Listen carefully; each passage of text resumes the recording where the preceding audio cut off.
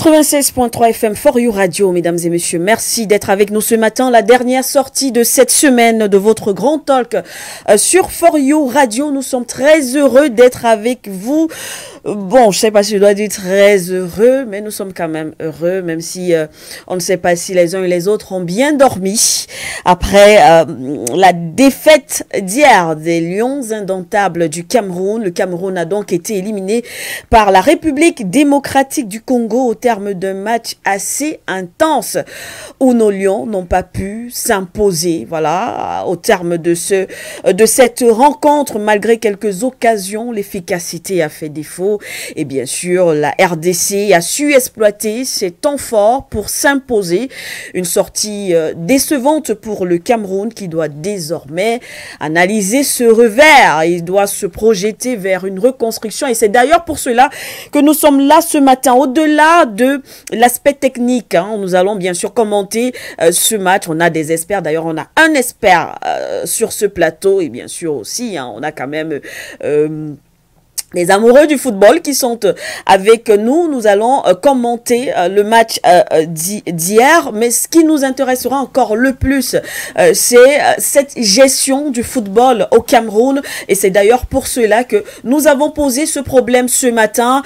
Fecafoot, Minsep, alors est-ce qu'il n'est pas temps aujourd'hui de remettre les pendules à l'heure lorsqu'on sait ce que représente le sport ou alors le football pour le Cameroun, ou alors dans nos États, et le budget, les différents budgets qui sont souvent voilà, imposés pour la gestion de ce football au Cameroun. Est-ce que on devra avoir d'autres priorités? De toutes les façons, nous en parlerons avec notre invité, bien sûr, avec toute l'équipe du Grand Talk sur For You Radio. Je m'en vais rapidement saluer ceux-là qui m'accompagnent encore ce matin.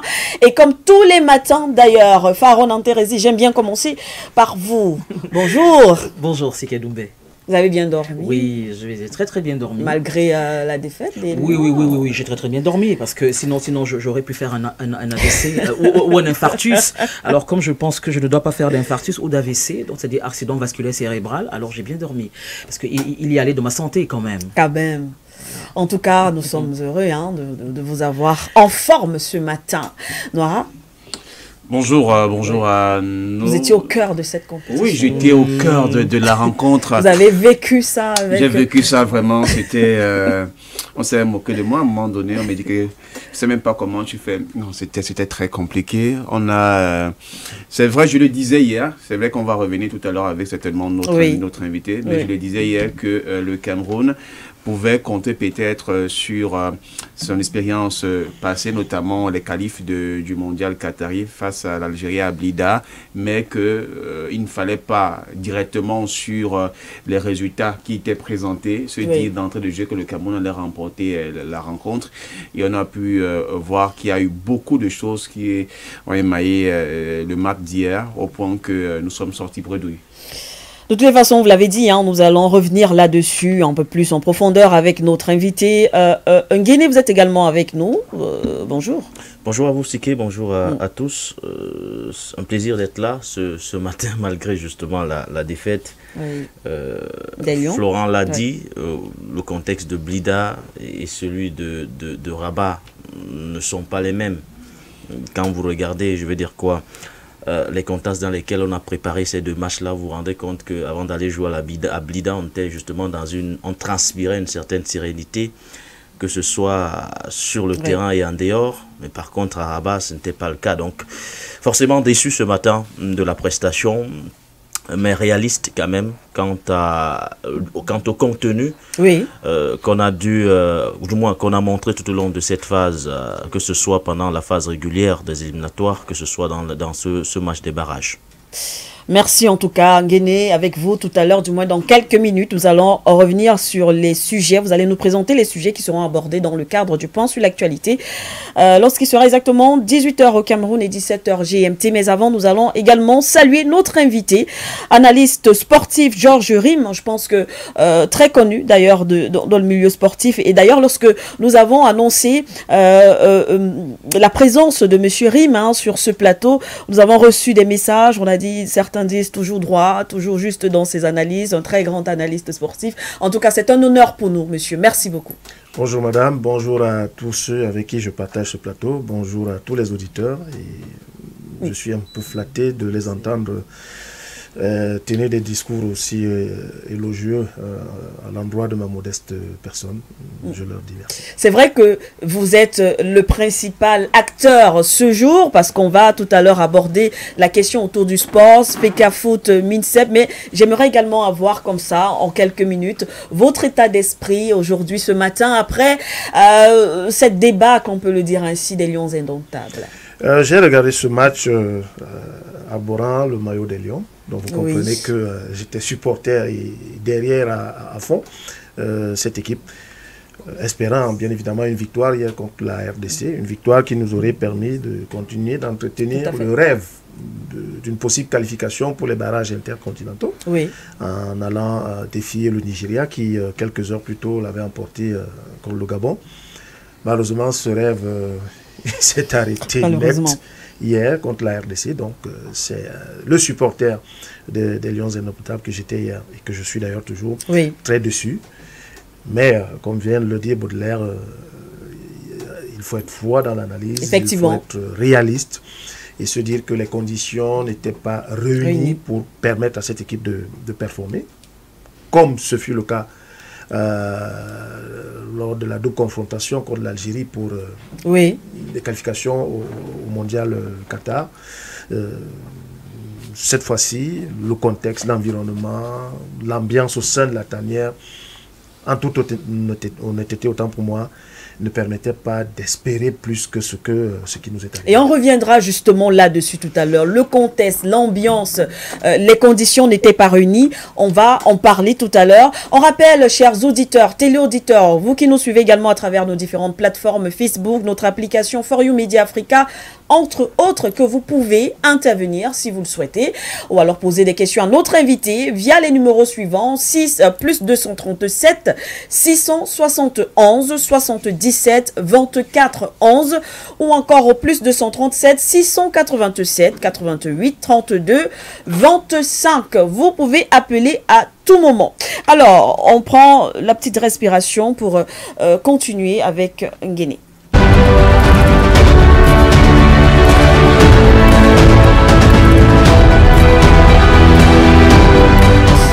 Alors, Nguéné, que nous réserve le point sur l'actualité de ce vendredi? Après le sport, il faut bien que la vie se poursuive. De toute façon, après tout, le sport n'est qu'un jeu. Il faut souvent, l'une des valeurs du football, c'est le fair play.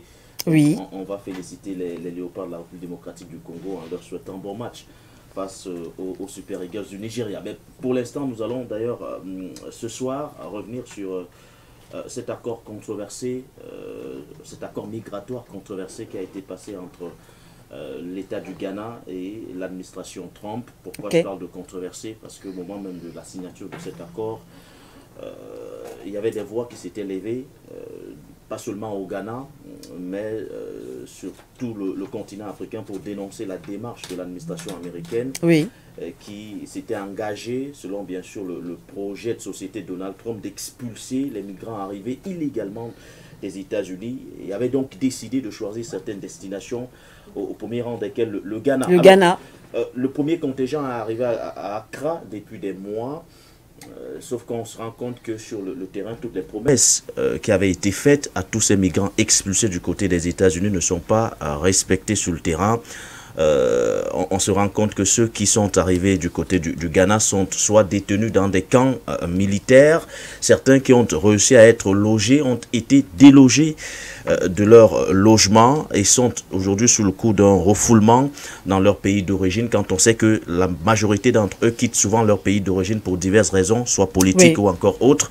Donc aujourd'hui, le Ghana est vraiment au cœur d'un scandale. L'affaire est même devant les tribunaux.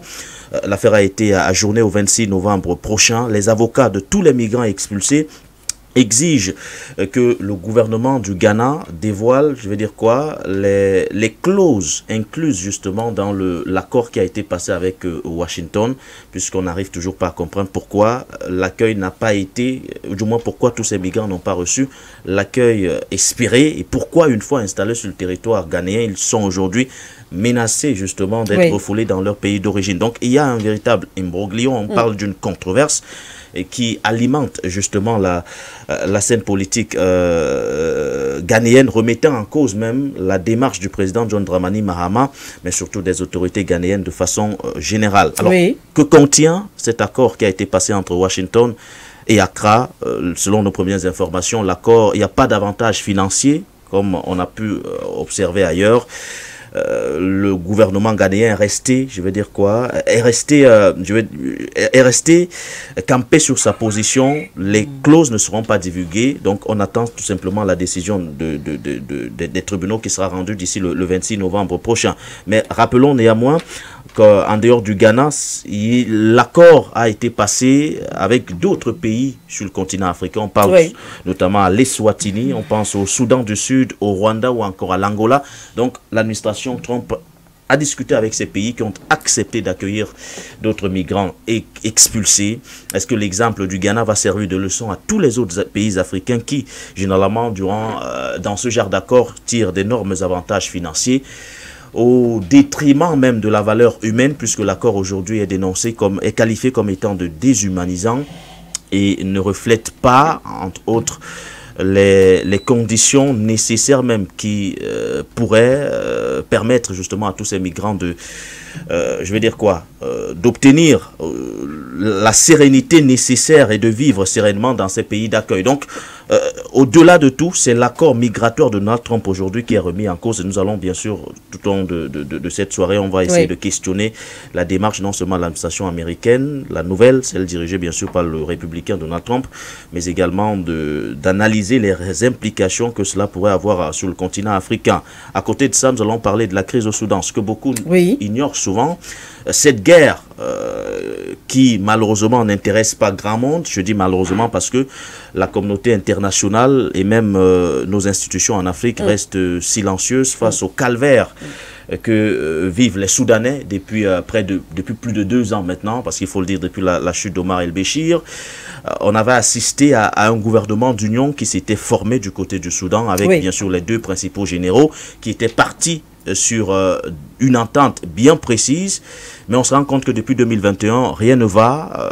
Les choses se sont exacerbées davantage en 2023, plus précisément au mois d'avril 2023, avec la dislocation complète et la séparation même pratiquement de ces 2 généraux. Aujourd'hui, on se livre une bataille sans merci entre d'un côté les forces régulières qui sont fidèles au président de la transition du Soudan, qui n'est autre que le président Al-Bourhan. De l'autre, on a les forces fidèles au général Emeti, qui font partie bien sûr du contingent des forces de soutien rapide.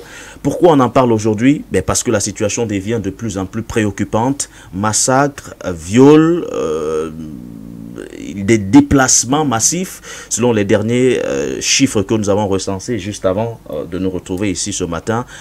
Depuis la prise de El Fasher, cette capitale du Darfour Nord, c'est environ 90 000 personnes qui se sont, du moins qu'on retrouve aujourd'hui en situation complètement, ou du moins qui sont déplacées. Du coup, on est au cœur d'une crise humanitaire qui ne dit pas son nom du côté du Soudan. À côté de cela, il y a des exactions qui sont commises par les forces de soutien rapide qui, jusqu'ici, on va le dire comme ça, ne reflète en rien le bonheur même de ce peuple soudanais. Donc, il y a un silence de la part de la communauté internationale, il y a un silence de la part de l'Union africaine. Du coup, on s'interroge, nous allons d'ailleurs nous interroger ce soir sur ce silence-là, comment l'expliquer, comment rester silencieux, d'autant plus qu'à côté justement de cette guerre sans merci que les 2 généraux se livrent du côté du Soudan, il y a également des ingérences extérieures qui sont pointées du doigt aujourd'hui. On parle beaucoup de l'apport que les Émirats Arabes Unis apportent par exemple aux forces de soutien rapide. Ce n'est pas un apport nouveau puisque depuis 2015, les FSR bénéficiaient déjà de l'apport des Émirats Arabes Unis. C'est un apport qui a pris davantage de l'ampleur depuis 2023.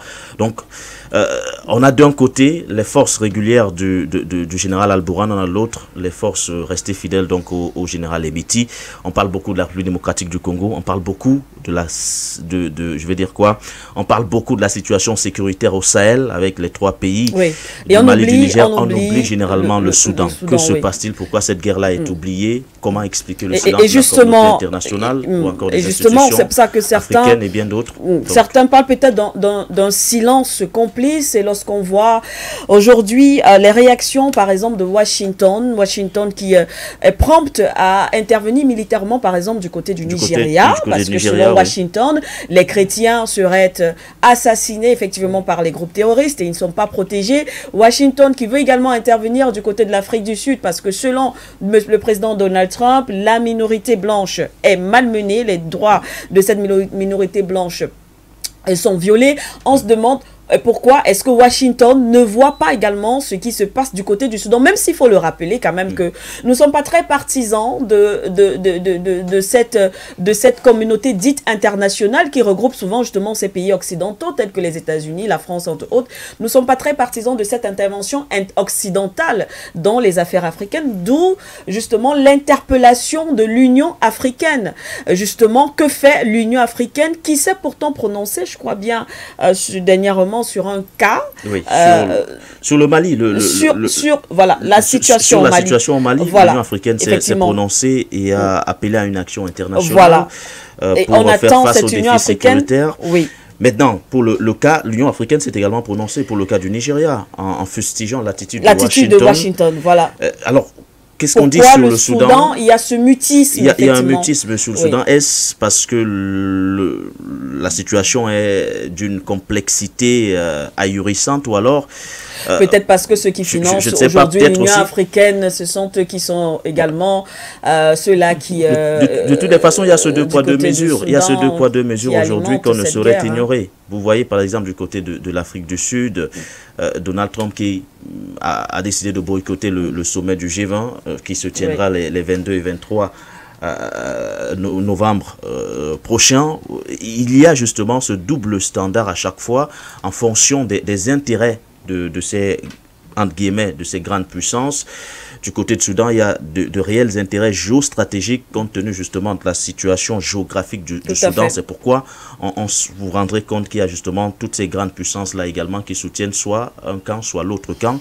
On parle beaucoup de l'implication des Émirats arabes unis, mais pourquoi précisément? Ça tombe bien puisque nous aurons l'occasion justement d'avoir des experts qui vont mieux nous situer sur cette ingérence-là et on va tenter de comprendre justement ce silence. Pourquoi pas évaluer également au passage les pistes d'une sortie de crise, d'une solution, puisque c'est avant tout le Soudan devrait parler à l'Afrique et on devrait être interpellé quand il s'agit surtout d'un massacre à ciel ouvert et qui dure aujourd'hui depuis plus de 2 ans. Merci Nguéné pour le menu de ce soir dans le cadre du point sur l'actualité. Une fois de plus, rendez-vous à 17h GMT sur For You Media Africa. Voilà, bonne journée. Merci à vous.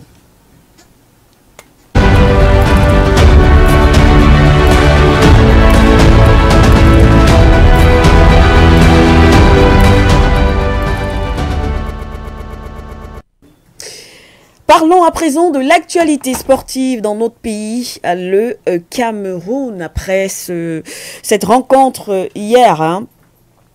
Cameroun, République démocratique du Congo, qui comptait pour cette Coupe du Monde. Finalement, le Cameroun ne va pas participer à la Coupe du Monde.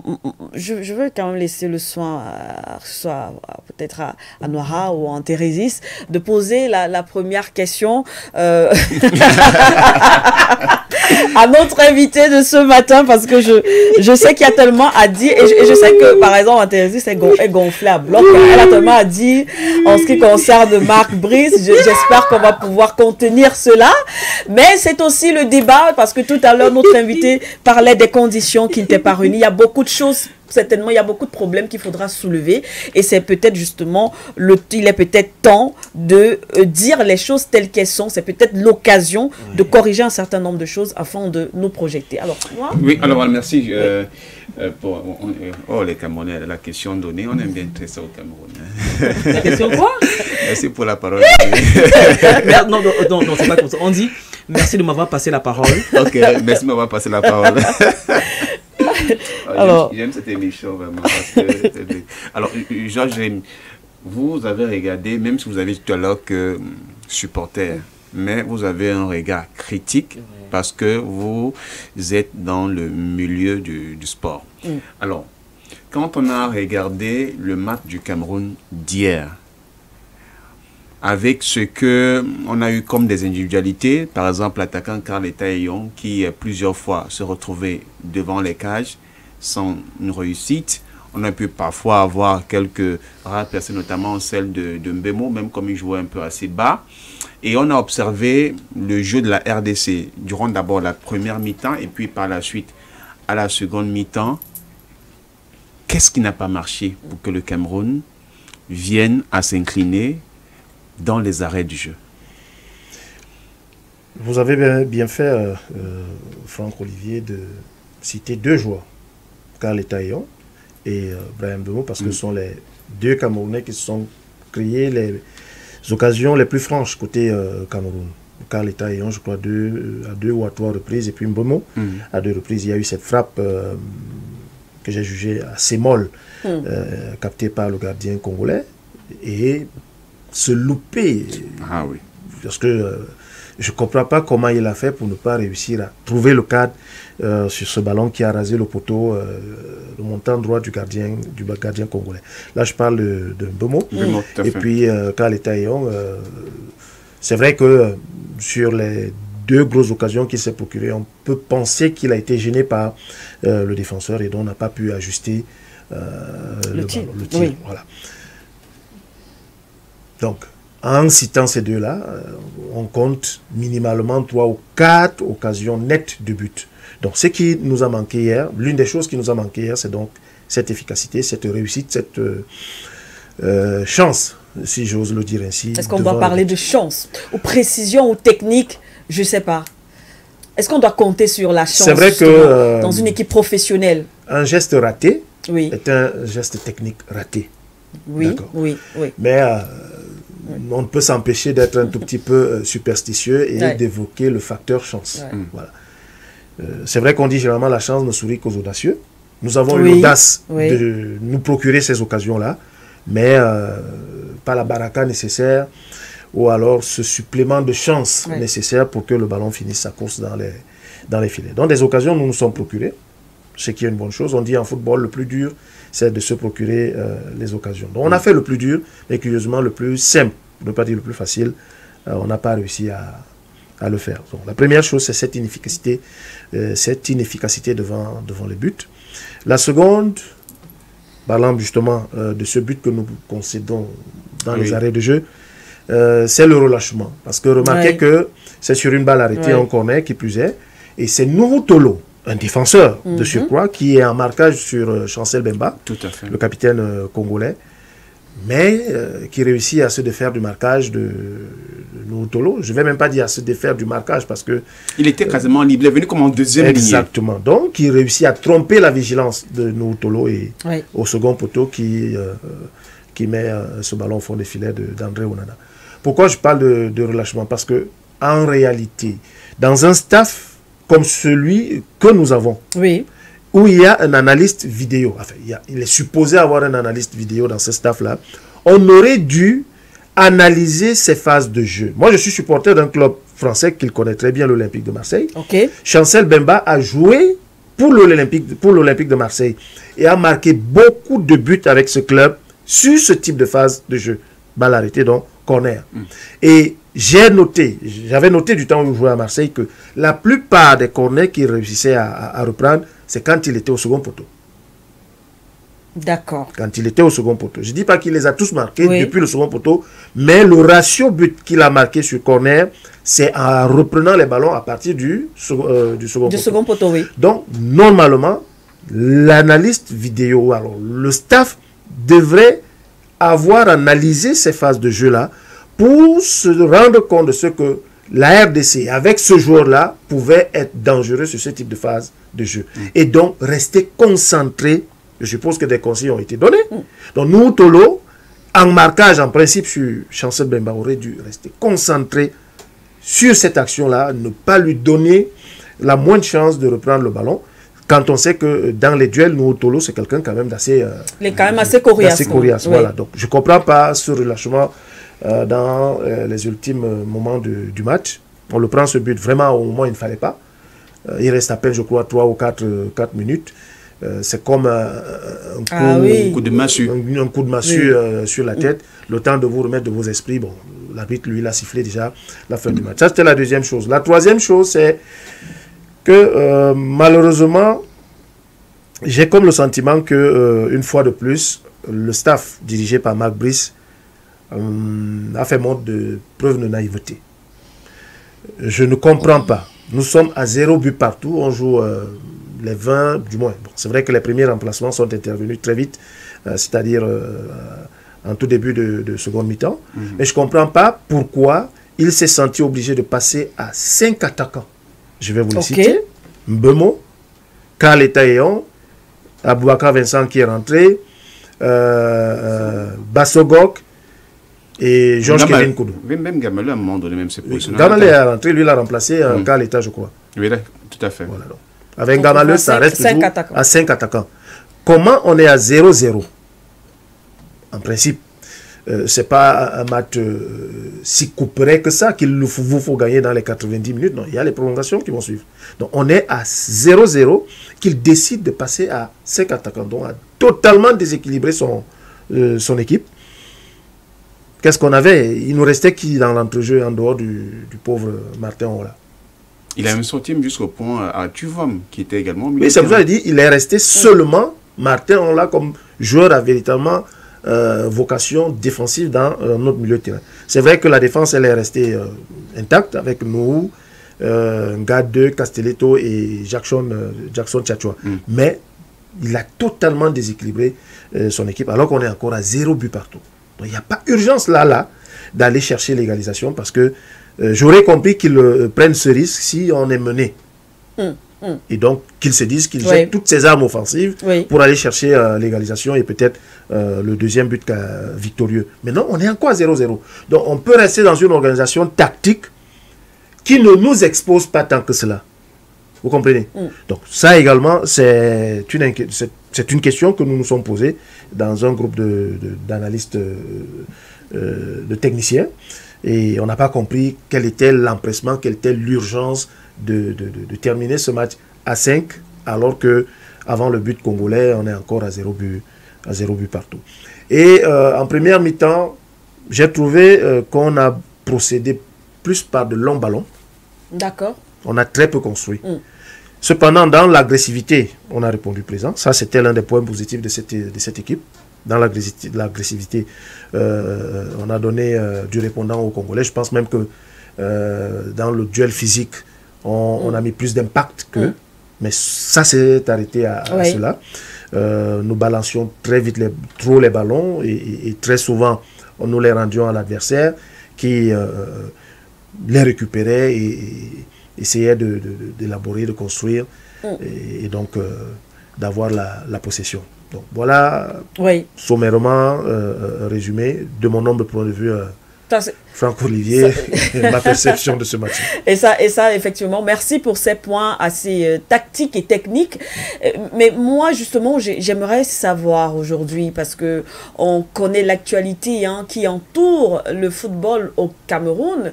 Est-ce que les résultats, ce résultat peut être considéré comme la conséquence de ce qui se passe, d'une certaine gestion au sein, justement, de notre football au Cameroun? D'un côté, on a la FECAFOOT, de l'autre côté, on a le ministère des Sports. D'un côté, on dit c'est nous qui gérons les footballeurs. De l'autre côté, non, c'est le MINSEB, le pouvoir, mais l'administration ne doit pas s'occuper de tout ce qui concerne le football. Est-ce qu'on pourrait dire que le résultat d'hier n'est qu'une conséquence de, je mets entre guillemets, la mauvaise gestion de notre football?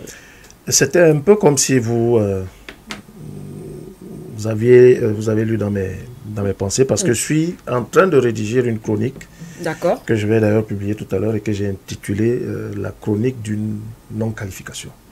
Les gens parlent d'élimination, nous ne sommes pas éliminés, nous ne sommes simplement pas qualifiés. Parce qu'éliminer aurait voulu que nous disputions la Coupe du Monde en elle-même et que nous soyons pas en mesure de poursuivre l'aventure pour le second tour, par exemple. Là, nous disputions les qualifications.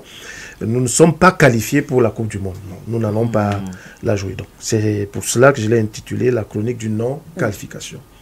Et vous touchez dans le mille. Vous touchez du doigt où se trouve effectivement le problème. Et j'ai dit que ça remonte à ce fameux discours du chef de l'État, c'était le 10 février 2024, veille de fête de la jeunesse, discours adressé à la nation et je ne sais pas si je vais dire le hasard faisant, juste après la Coupe d'Afrique des Nations en Côte d'Ivoire. Une Coupe d'Afrique des Nations dont nous tous savons comment et dans quel état d'esprit elle s'est disputée au sein de la tanière. Il y a eu ce discours du chef de l'État dans lequel il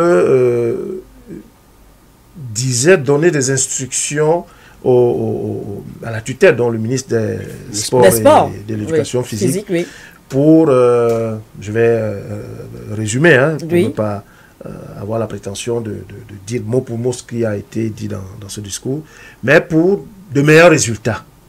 Bien. Pourquoi je dis que tout part de là? Parce qu'avant cela, la Fédération camerounaise de football avait la pleine gestion des sélections. D'ailleurs, tel que c'est stipulé dans le décret 2014-324 du président de la République sur la gestion des sélections nationales. Je crois que c'est en ses articles 3 et 4 ou 3 ou en son article 3, ce décret dit que la gestion administrative, technique incombe exclusivement à la Fédération camerounaise de football. Seule la gestion financière incombe de manière conjointe au ministère des Sports et à la Fédération camerounaise de football. Ça, c'est le décret. Donc, je disais donc au sens de ce décret-là, avant ce discours, la Fédération camerounaise de football avait l'entière responsabilité de la gestion, toute gestion confondue, des sélections et donc des lions indomptables. Pas d'ingérence, pas d'interférence du ministère des Sports et de l'Éducation physique et sportive. C'est la Fédération camerounaise de football qui avait décidé de ne pas reconduire Sergio Conceição. C'est la Fédération camerounaise de football qui avait nommé en ses lieu et place le staff conduit par Rigobert Songana, qui nous a qualifiés et pour le mondial au Qatar et pour la Coupe d'Afrique des Nations en Côte d'Ivoire.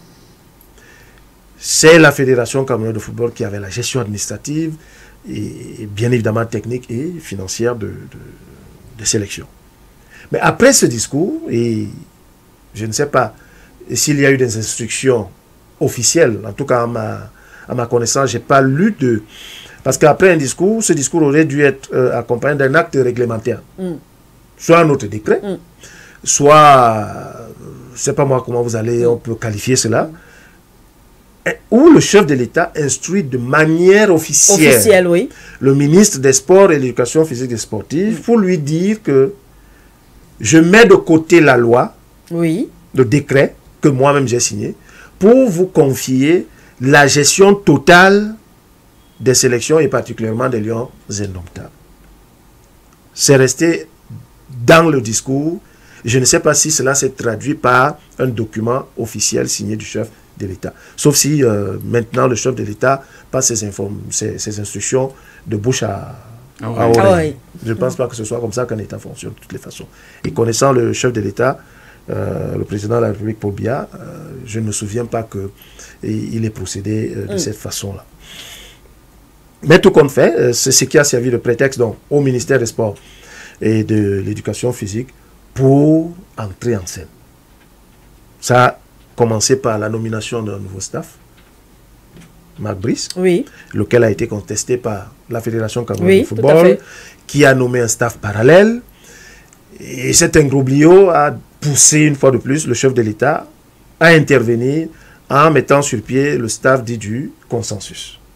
Dans ce staff-là, on retrouve ceux nommés par le MINSEP et ceux nommés par la Fédération camerounaise de football. Mais le constat que j'ai fait, personnellement, de ce staff-là, c'est que plus de 80% des personnes du staff des Lions indomptables sont celles choisies ou proposées par la Fédération camerounaise de football. Parce qu'il faut le dire à l'opinion publique, c'est que, bien qu'ayant contesté la nomination de Marc Brice, la nomination de son assistant Moununga, la nomination de Christophe Manouvrier et celle de l'analyste vidéo, je crois, Silouris, la Fédération camerounaise de football a quand même fini par les accepter, les 4 là, et leur a adjoint donc les personnes qu'elle a choisies, notamment Pagou, David, Ntongo Pile, Nicolas Noudi, Kameni, etc., etc., etc. Donc quand vous consultez ce staff-là, vous verrez que, comme je l'ai dit tout à l'heure,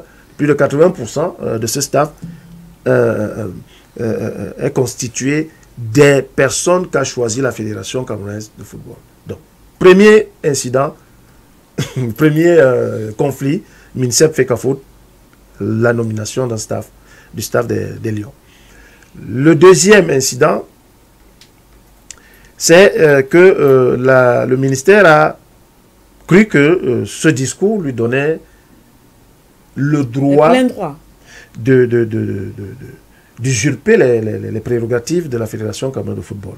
Parce que même en mettant en avant la fameuse convention, MINSEP Fecafoot, cette convention n'exclut pas la Fédération camerounaise de football, ou alors ne retire pas à la Fédération camerounaise de football ses prérogatives en matière administrative et technique.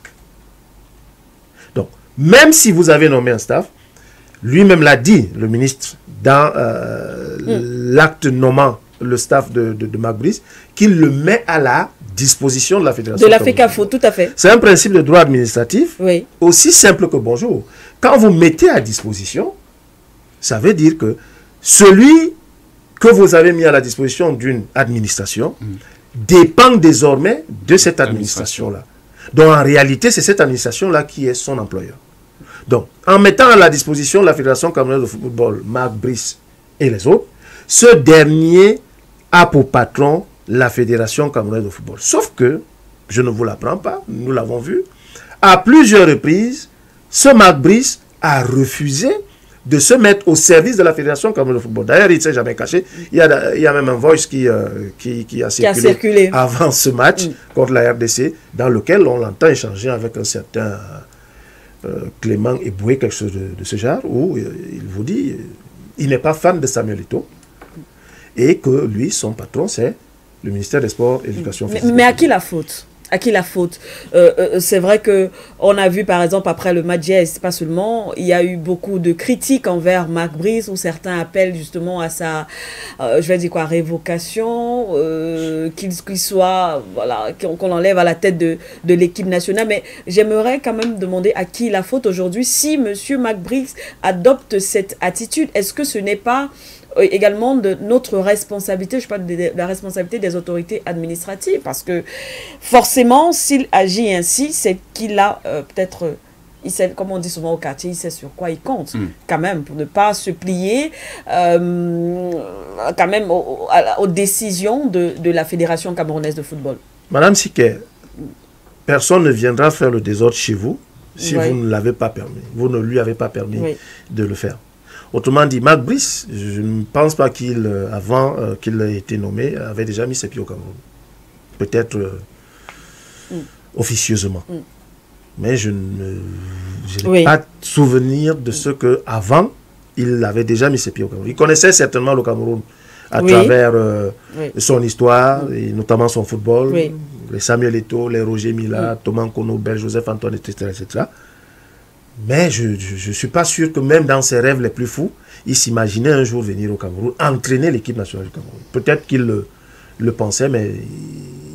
Enfin, peut-être qu'il en rêvait, mais là, la réalisation... pas un jour que cela puisse être possible. Donc, quand il arrive au Cameroun, à peine arrivé, vous avez vu l'attitude du monsieur. C'est pour ça qu'ailleurs, je l'ai dit et je continue de le penser, ceux qui sont allés le chercher, lui ont donné une feuille de route bien précise. Parce que quand il vous dit qu'il n'est pas fan de Samuel Eto'o, fils, moi je veux bien savoir. Quand est-ce que ces deux-là se sont rencontrés avant qu'il n'arrive au Cameroun? Et, comme on dit généralement, quel problème de femme d'argent. Ils ont on n'en sait rien. Hein. Peut-être que c'est ça le problème. Ah non, ça risque pas d'arriver. Non, ça ne risque pas d'arriver. C'est-à-dire que Samuel Eto'o est largement au-dessus en tout sur Marc Brice. Désolé. J'ai fait ça risque pas d'arriver. Voilà. J'ai fait cette allusion. C'est vrai, en même temps pour amuser la galerie, mais pour dire, comme ça se dit ici trivialement chez nous, on se discute quoi? Oui, parce qu'on a l'impression qu'il y a effectivement un problème entre les deux, personnel. Que peuvent bien se discuter ces deux-là pour que l'un arrive à vous dire qu'il n'est pas fan de l'autre. Encore que c'est pas ce qu'on lui demande. Hein. Être fan ou pas, c'est pas ce qu'on lui demande. Justement. Il a le droit d'être fan ou pas, mais de respecter effectivement cette instance-là. Ça trahit simplement l'état d'esprit de l'homme. Oui. Alors, pourquoi l'homme se met dans une telle posture si vraiment il n'a pas reçu des instructions dans ce sens-là? Bonjour Georges. Bonjour Madame Antéricis. J'avoue que c'est très original. C'est un prénom égyptien. C'est la pharaon. Voilà. C'est pas pour m'en moquer, je le trouve très original, donc très beau. Chokran. C'est la question que vous posiez à Florent Olivier Noira quand vous lui avez passé le papier. Maintenant, tu commences à t'as dit que même ceux qui n'étaient pas au courant sont au courant qu'un papier est passé, ça a circulé. Oui, mais donc, comme les nominations. Oui, mais n'oubliez pas qu'on nous regarde. Donc, oui, mais est-ce qu'on a vu le papier circuler? Oui, bien sûr que oui. Alors, pourquoi ne m'avez pas posé la question à moi directement? Vous aurez pu me passer le papier, je vous aurais écrit mon nom. J'ai voulu être ça, c'est tout camerounais, respectueux de votre personne. Alors, je vous remercie. Ça aurait été une insulte pour moi que de vous dire que vous ne sachiez pas vous étiez la seule personne du plateau dont je ne maîtrise pas, que je ne maîtrisais pas, mais je voulais m'assurer que... Non, dont vous ne maîtrisiez pas le nom, dont vous ne connaissiez pas le nom. Madame Sike vous a présenté en tout début, donc j'ai voulu me rassurer que j'ai bien entendu qu'il fallait l'orthographe du nom. Voilà. Je vous en sais gré, mon cher Georges. Merci. Bienvenue à nouveau dans le Grand Talk. Merci une fois de plus.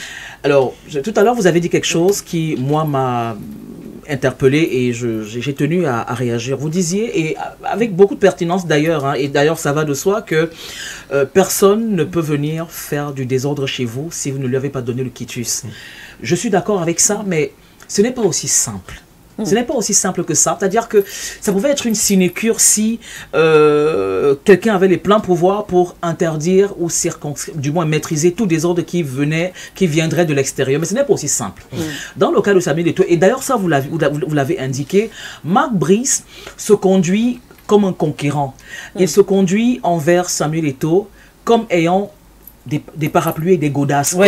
Comme disait à une époque un certain humoriste Dave K. Moktoy, pour le citer, qui disait que bah oui, j'en ai le parapluie avec le godasse. Maintenant, alors c'est clair qu'il y a un pouvoir un peu plus fort, il y a une force un peu plus forte, une force un peu plus obscure que peut-être Eto'o ne maîtrise pas, parce que nous connaissons le personnage, nous savons que en moins de 2 il peut régler son compte à Marc Brice, même physiquement, on est d'accord avec ça. Déjà, c'est un gars, c'est un gars de Newbel, c'est un sportif, d'accord. Donc en moins de 2. N'oubliez pas que Marc Brice c'est aussi un ancien policier, donc. Bon, ok, on ouvre les paris. Pas un gars de New Belly, franchement, moi je vous dis, je suis pas un gars de New Belly. Oui. Moi je serais d'ailleurs d'accord que Eto'o lui rive son clou à lui, qu'il lui règle son compte et puis lui rabatte le caquet. Mais donc ce n'est pas aussi simple, comme je l'ai dit, que quelqu'un ne puisse pas venir faire des autres chez vous si vous ne l'avez pas autorisé. Ce n'est pas aussi simple pour la simple bonne raison que Samuel n'a pas toujours les coudées franches. Oh, il aurait voulu. Je suis certaine que si ce garçon, si ce monsieur pouvait, il aurait déjà dégagé ce gars-là, que d'ailleurs on appelle la bépande à la brocante. Bon, maintenant, j'ai envie de vous demander, Georges, c'est vrai, on parle de dissension, on parle d'antagonisme, on parle de protagonisme, mais quel est véritablement le problème entre Samuel Eto'o, la FECAFOOT, et le MINSEP? C'est quoi véritablement le problème? Parce que c'est bien beau c'est pas moi de dire oui, non, ils ne s'entendent pas, mais qu'est-ce qu'il y a? Parce que dans le thème qu'évoque aujourd'hui Dame Sike Doumbé, je crois qu'elle a dit qu'il est temps que l'abcès soit crevé, que l'abcès soit résorbé, qu'on l'aseptise. Parce qu'il y a une septicémie Je vous promets, il y a une septicémie, c'est pourri, ça commence à schlinguer. Ah oui. Et il est temps que ça s'arrête. Parce que, Eto'o, quand même, je me demande comment ce garçon fait. Non, mais il a un mental d'acier. Parce que quelqu'un à sa place aurait craqué, aurait jeté l'éponge. Tout est fait pour que ce monsieur-là chope un infarctus. Qui se décourage et qui lâche l'affaire. Pourquoi dérange-t-il autant? Pourquoi le hait-on autant? Bon, ce n'est pas un saint.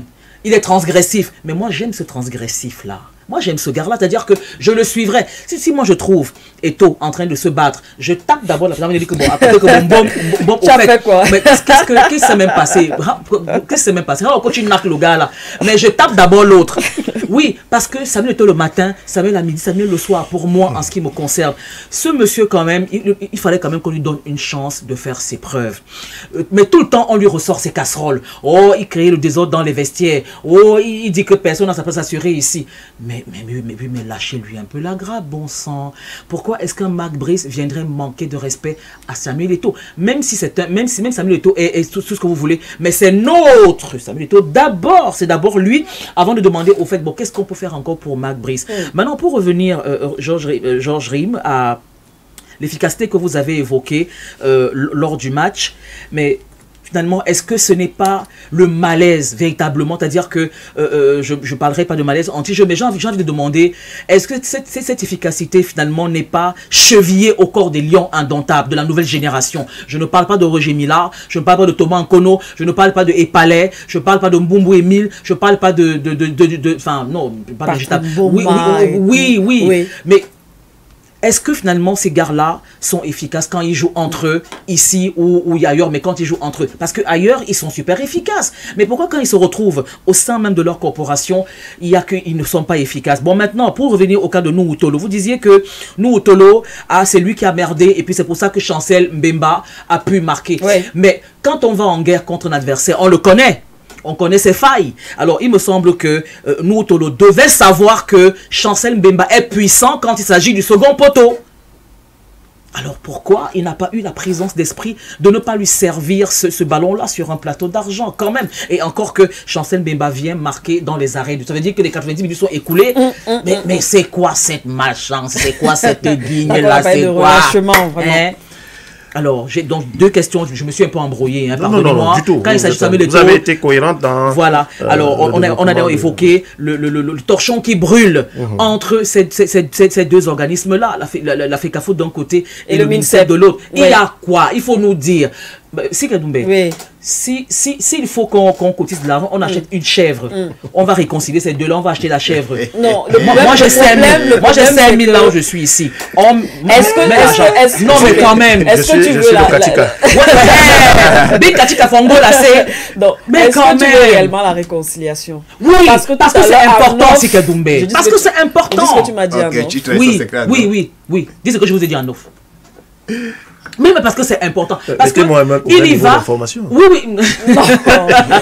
Parce qu'il y va quand même il y va quand même de notre. Enfin, comment dire ça? Et pour une fois dans ma vie, Sikadoumbe, je ne pensais pas le dire un jour. Pour une fois dans ma vie, je ne suis pas d'accord avec le baron de Coubertin qui disait que l'important c'est de participer. Non, je refuse. L'important, ce n'est pas que de participer, l'important, c'est de participer et de vaincre et d'aller en là, je suis d'accord. Mais on a l'air de quoi? On est ridicule. Il y a le messager qui a titré... Tout le monde se moque de nous. Et j'étais obligé de lire ça. Bazali, Bambouille. Comment? Quelle honte. Comment? Alors, voilà. Monsieur Georges Rim. Excusez-moi, je suis émotif parce que quand il s'agit de Samuel Eto'o, je sors de mes gonds. Ce gars-là, je vais quelqu'un pour lui. Ça va, non? Oui, ça va. Oui. Je vais commencer par les deux dernières, les deux derniers points que tu as relevés, sur lesquels tu es revenu. C'est parce que nous en avons déjà parlé. L'inefficacité des attaquants et la déconcentration de Nuhu Tolo. Parce que c'est comme ça que je vais la qualifier, ce qui s'est passé. C'est pas... Je veux pas être plus vindicatif que ça à l'endroit de Nuhu Tolo. C'est pour ça que je préfère parler de déconcentration. Il y a une sorte de loi du karma en football qui voudrait que quand vous ratez vos occasions, que vous les payez cash derrière. Ah oui. Généralement, je parle sous le contrôle d'Olivier qui est avec nous dans les stades. Qui est avec nous dans les stades. Excusez-moi, mesdames, c'est pas pour dire que vous n'allez pas dans les stades, mais Olivier... Non, comment le match, donc on va avoir quand même une idée. Nous, on est souvent dans les stades. vous commentez, nous, on est dans les stades. Vous allez sur les maillots. Vous remarquerez que les statistiques démontrent que à 70% des cas, quand une équipe s'est procuré beaucoup d'occasions et qu'elle n'a pas réussi à les concrétiser, ça se paye cash. L'autre n'a pas besoin de 1000 pour vous corriger. Une seule suffit et puis c'est comme ça. Nous avons eu Kaleta et je crois 2 ou 3 fois, occasion nette et franche. Bemo 2 fois, nette et franche. Quand même. C'est beaucoup. Dans un match, surtout un match aussi délicat, aussi décisif, aussi important que celui-là. Quand vous passez à côté, c'est pour ça que j'ai évoqué le facteur chance tout à l'heure, quand vous passez à côté des chances, des opportunités qui ont été les vôtres, ben, écoutez, l'autre ne se fera pas prier pour saisir les siennes au vol et à 2 mains pour vous faire du mal. C'est ce qui s'est passé. Et à quel moment? Au pire des moments, au moment où les esprits à ce moment du match se disent, bon, on se projette pour les prolongations. Et je pense que c'est ce qui justifie la déconcentration de nos tours. Même si c'est dans une phase de jeu où il faut éviter justement d'être déconcentré. Jusqu'à la dernière seconde. Voilà. Vous pouvez avoir l'esprit ailleurs si le ballon est très loin dans le camp adverse. Mais là, on est en plein corner. Et vous savez que vous avez dans cette équipe... que le bonhomme est un tueur quand il s'agit... dangereux sur cette phase de jeu-là. Zéro déconcentration.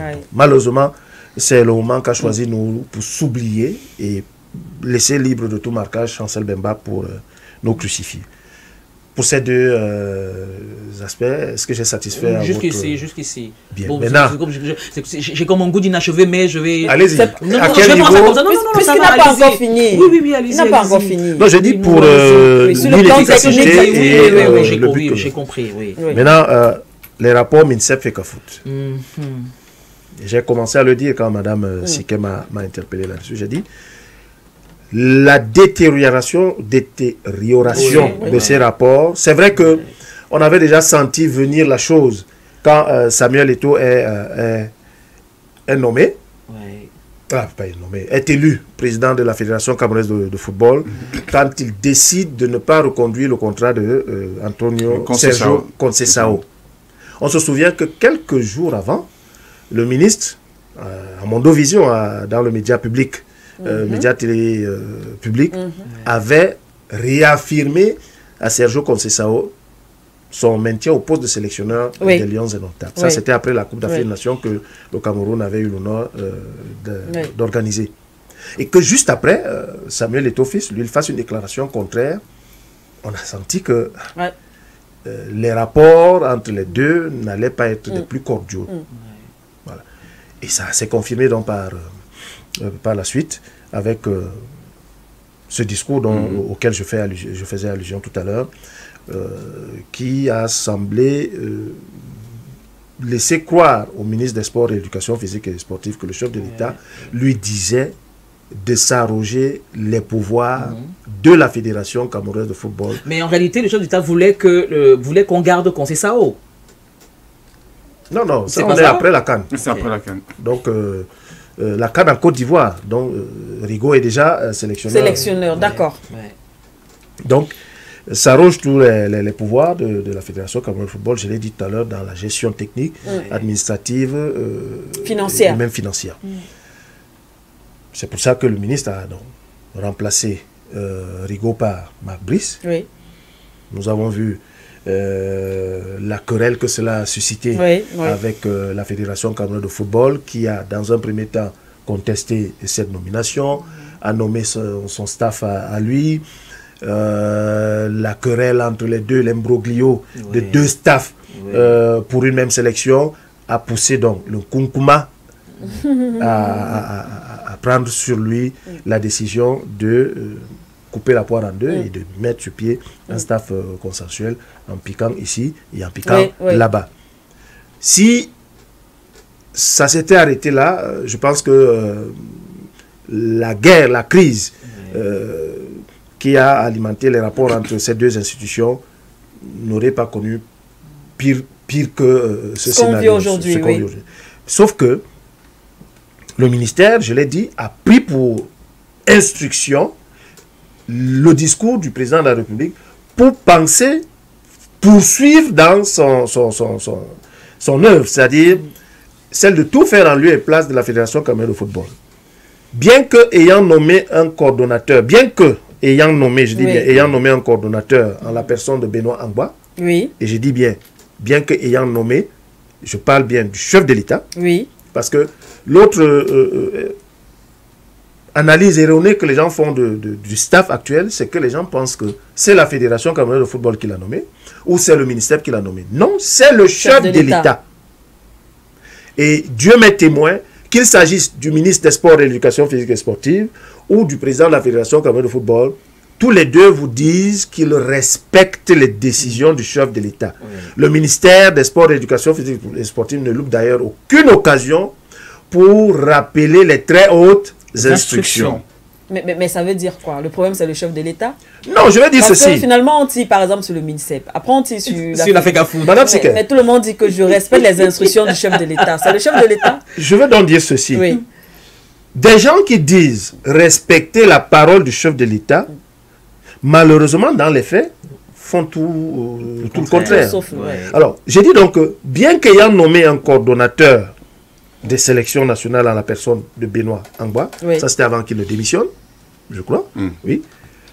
Vous aviez, parce que le rôle du coordonnateur des sélections nationales, c'est quoi? En fait, c'est la cheville ou l'organe, la cheville ouvrière des sélections nationales. Les convocations, les réservations d'hôtels, etc., etc. C'est lui. Donc, c'était le travail de Benoît Angba. Sauf que, au ministère... Il y avait quelqu'un d'autre. Il y avait quelqu'un d'autre. Crée le désordre. Il y avait quelqu'un d'autre.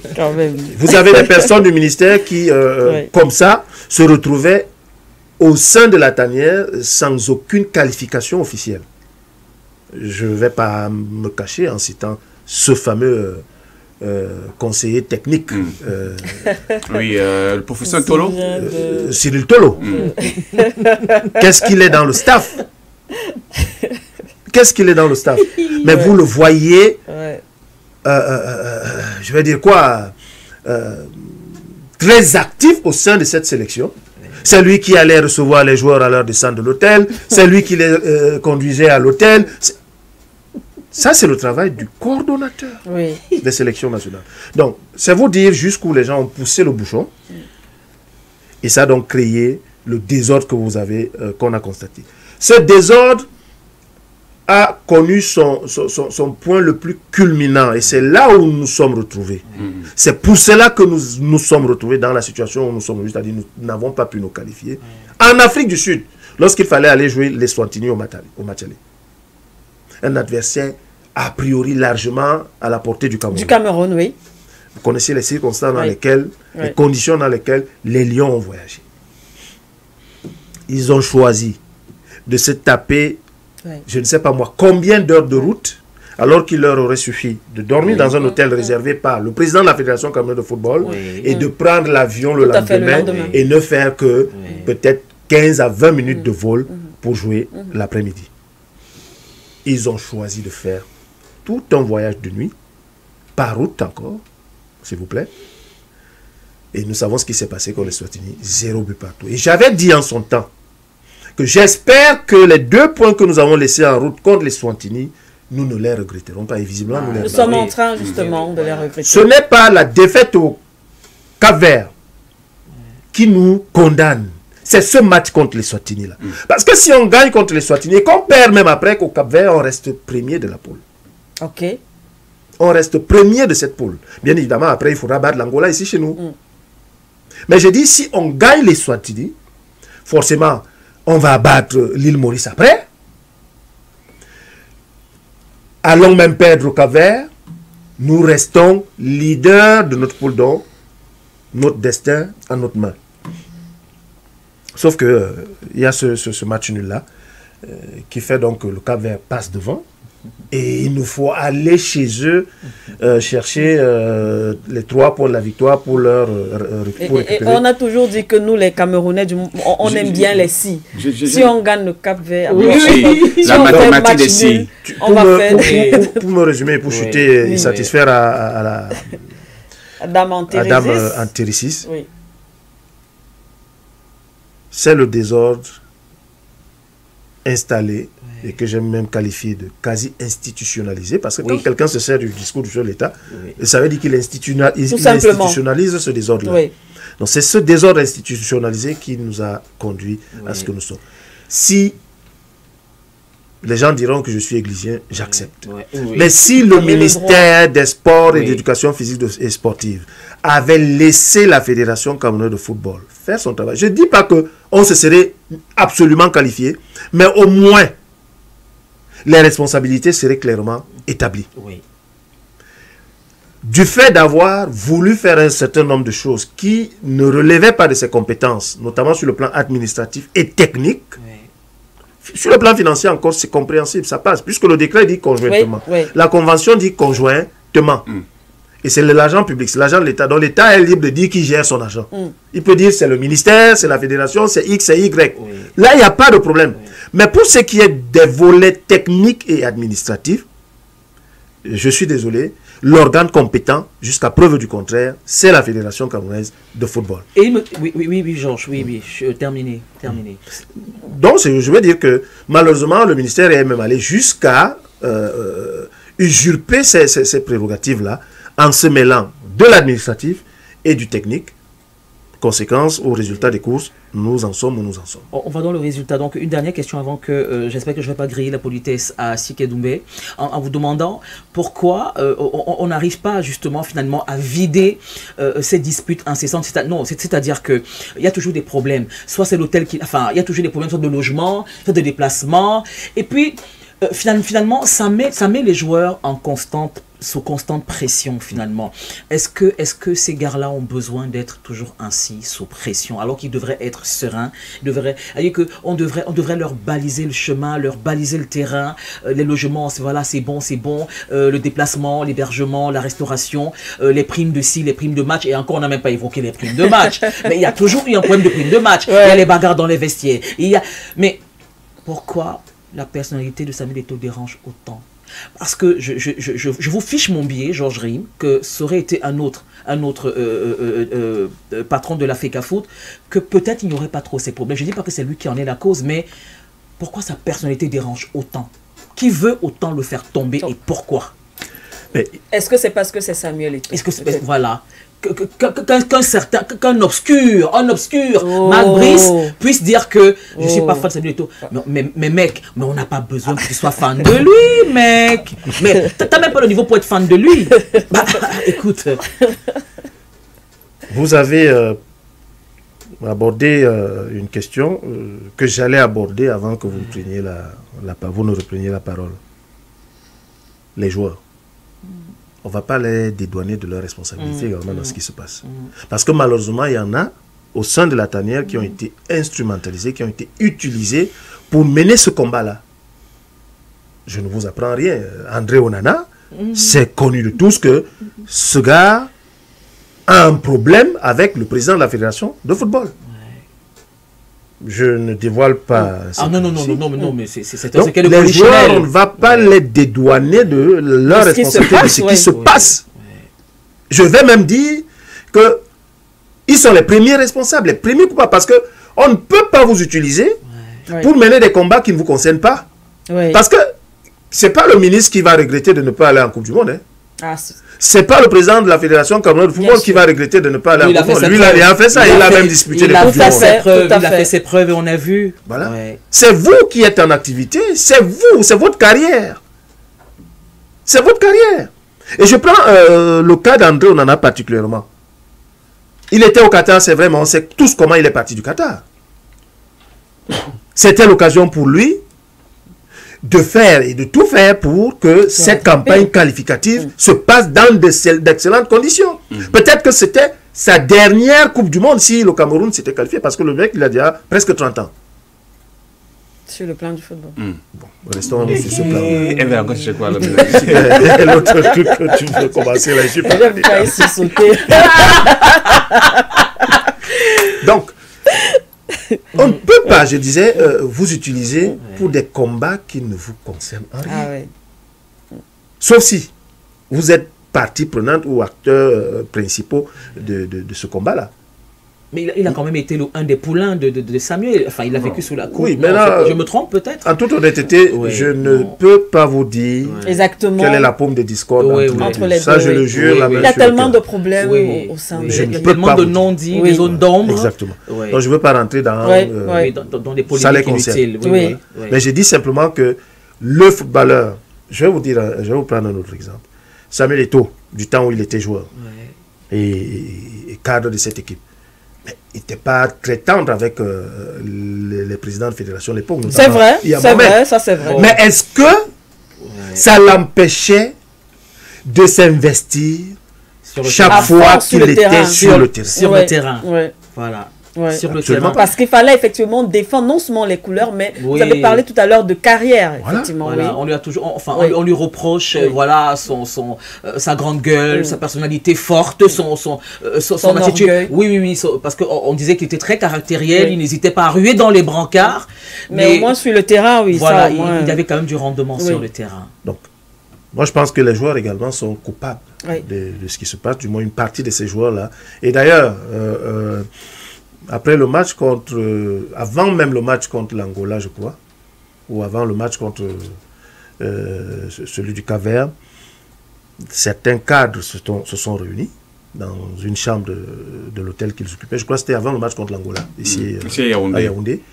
Ils ont invité l'entraîneur, donc Marc Brice et Mounonga, pour lui faire part d'un certain nombre de choses. Il désapprouvait bien évidemment. Il se dit que certains ont réalisé qu'ils étaient manipulés par leurs coéquipiers. Ils ont compris, d'après ce qui se dit, pour ceux des journalistes qui sont très introduits au sein de la tanière, qu'ils ont compris qu'ils ont mené un combat qui n'était pas le leur, mais pour servir la cause d'un de leurs coéquipiers. D'où la fameuse querelle, une fois de plus, sur le capitaine. Ah oui. Donc, je suis en train d'énumérer un ensemble de choses pour vous faire comprendre que ce qu'on voit sur le terrain en réalité n'est que la conséquence de ce qui se passe en amont. Vous comprenez? Donc, c'est un groupe désuni.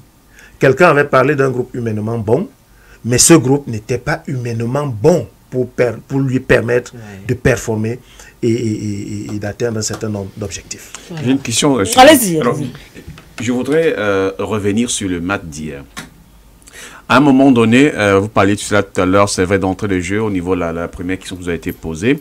On n'a pas quand même compris par quel mécanisme Marc Brice, au niveau de la seconde mi-temps, après avoir livré quand même une première mi-temps, même si on n'a pas connu de but, mais qui présageait un Cameroun qui avait les moyens ou la possibilité de pouvoir présenter un visage autre.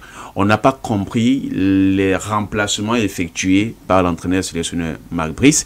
La question que je voudrais justement poser à ce niveau, est-ce un manque de lecture de la part du sélectionneur? N'était-il pas à la hauteur? Bien, comment je veux dire, des rencontres comme celle-là, n'est-il pas habitué à cela? Et à côté, il a souvent accusé la FECA faute, parce qu'on parlait tout à l'heure de pouvoir faire en sorte qu'il y ait des conditions meilleures, ce que nous décrions qui n'existe pas.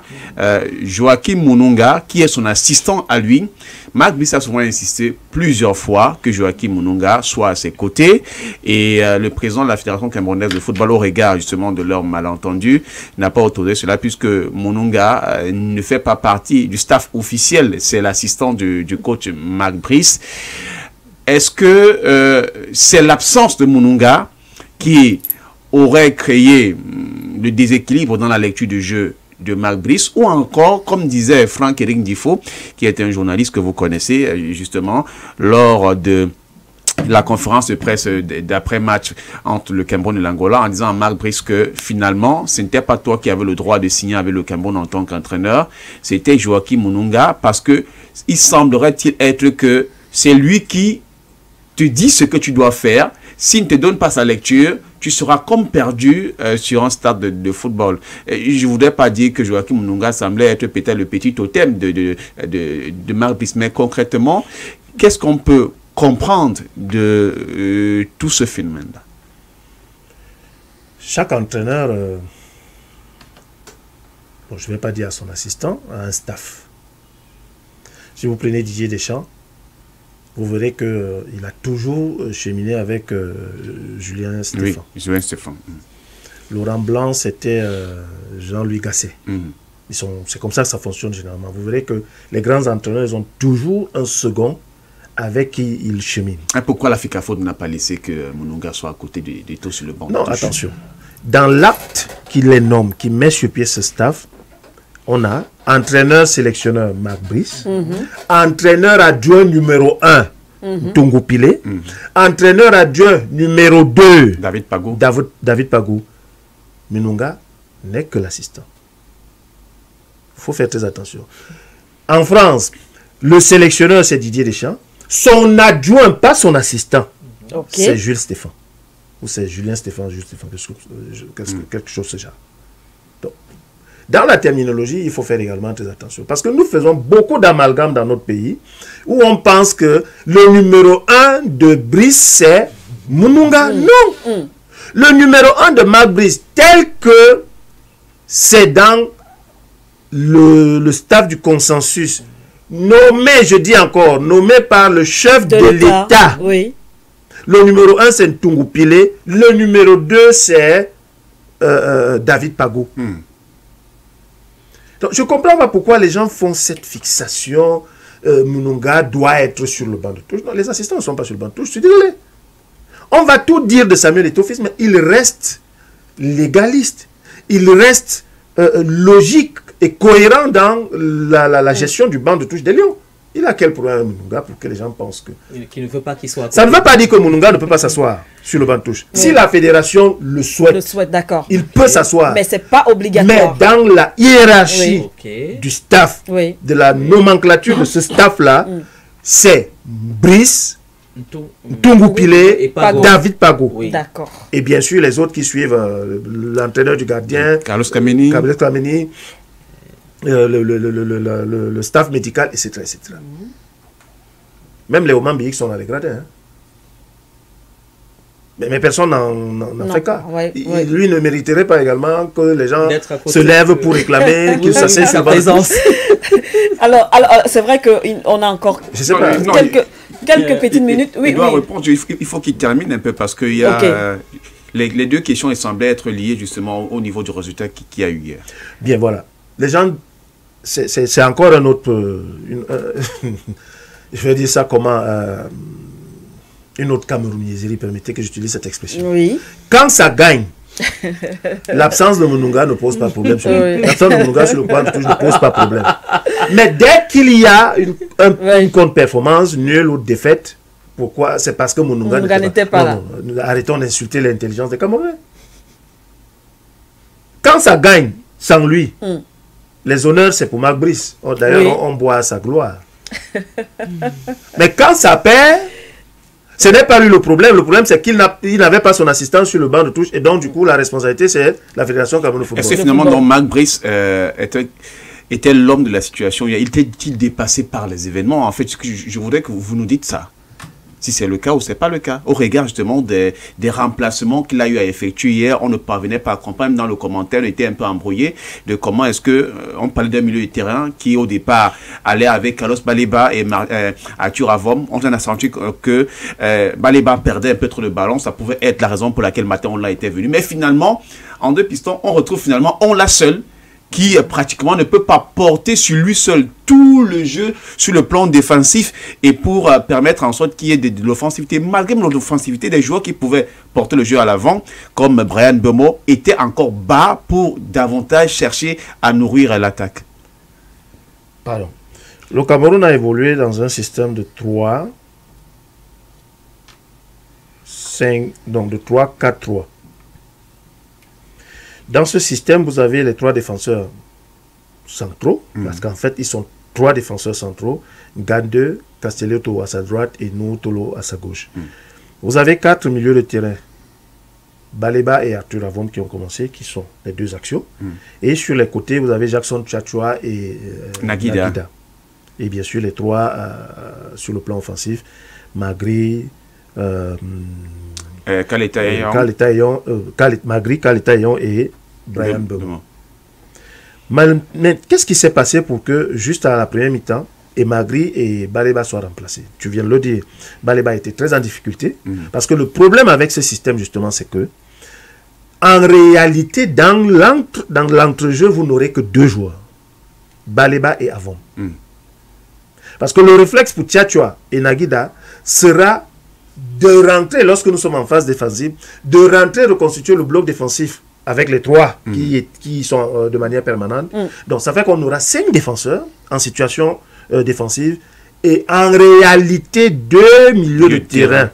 Parce que Magri et Mbembe n'auront pas les mêmes réflexes que des milieux de terrain pour revenir soutenir Baleba et Avon. C'est ce qui fait que nous nous sommes retrouvés très souvent en situation d'infériorité numérique dans ce compartiment de jeu. Et vous connaissez l'adage, ou alors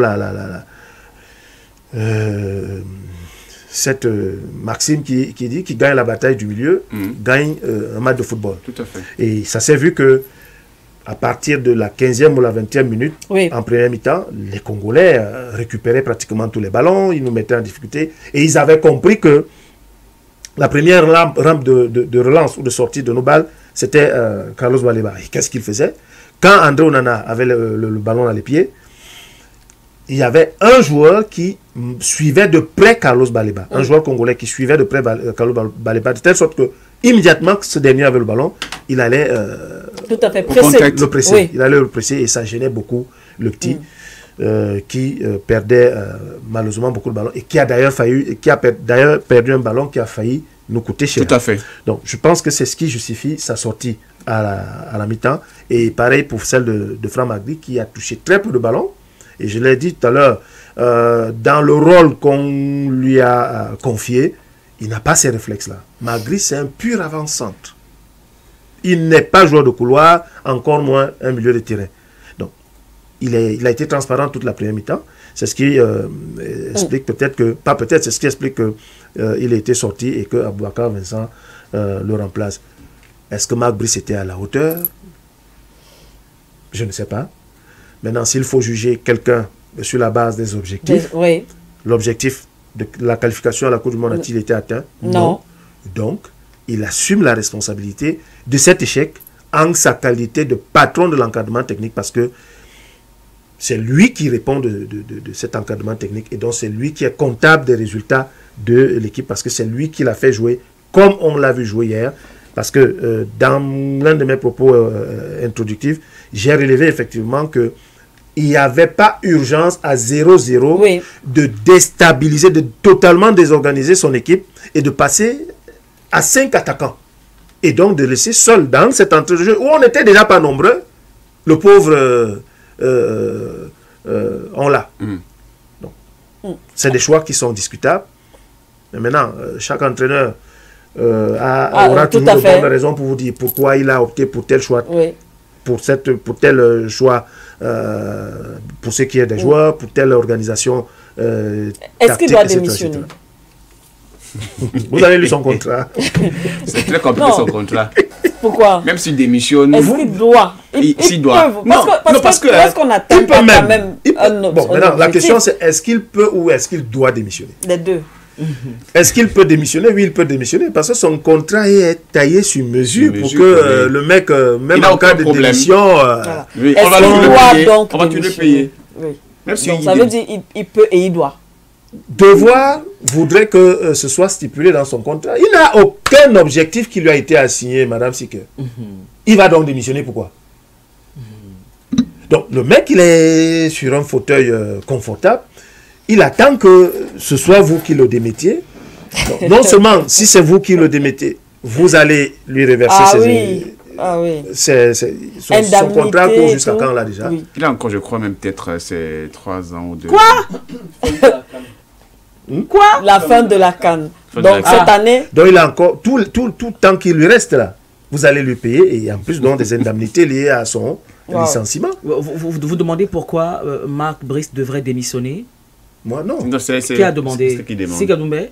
Mais je vais vous répondre, c'est Kadoumbé. Il doit démissionner par décence. Mais c'est ça que je demande. Et j'ai répondu que la décence voudrait qu'il démissionne. Oui. Dans son contrat, donc il n'y a pas de décence qui tienne parce que vous-même à sa place, tel que le contrat a été ficelé, Madame Antéricis, oui, vous resteriez tranquille.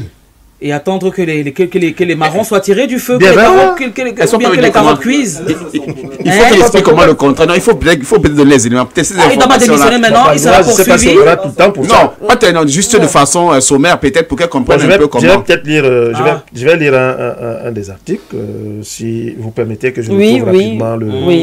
Oui, pendant que vous retrouvez justement l'article, ces messages des auditeurs et téléauditeurs qui nous suivent, que le coach laisse déjà, Rigaud a mieux fait. Voilà, donc je pense qu'il est d'accord avec nous, il doit démissionner.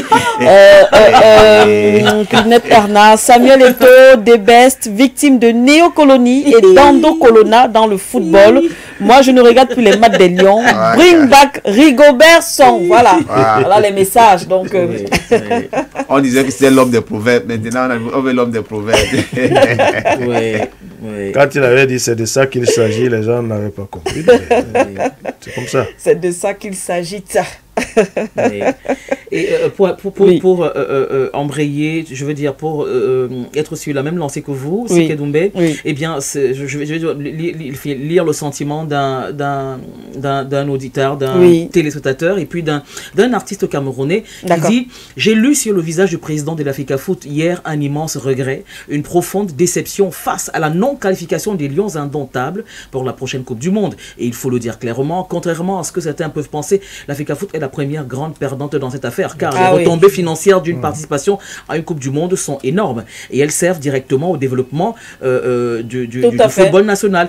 Perdre cette opportunité, c'est perdre des années de progrès possibles. C'est donc normal que le président Samuel Eto'o ressente de la frustration, car tout cela aurait pu être évité si chaque personne était restée à sa place. Pour poursuivre avec des messages, on a par exemple, parce que là on est, vous savez, depuis hier les réseaux sociaux et tout, on a par exemple la journaliste Annette Kéchap, ceux qui la connaissent, qui dit « Cette élimination n'est pas un accident, elle est la conséquence directe d'années d'approximation, de gestion confuse, d'ego surdimensionné et de lutte d'influence qui ont vidé la tanière justement de son âme. » Et voilà, et pas d'égocentrisme et d'orgueil de certains au sein de la tanière qui a conduit à la chute des Lions indomptables. Un peu ce qu'on relevait sur ce plateau. Voilà. J'ai retrouvé l'article 7 du contrat de Marc Brice. Qui interdit Marc Brice de démissionner. Article 7 sur la résiliation du contrat. Le présent acte contractuel peut être résilié dans les conditions suivantes. 1. Alinéa 1.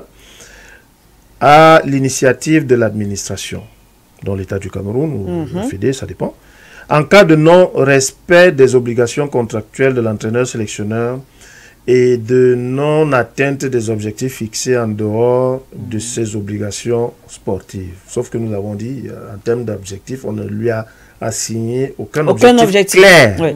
Si vous voulez, après avoir lu ceci, je vais vous lire ce qu'ils entendent par objectif. En cas de faute grave, si l'administration résilie ce contrat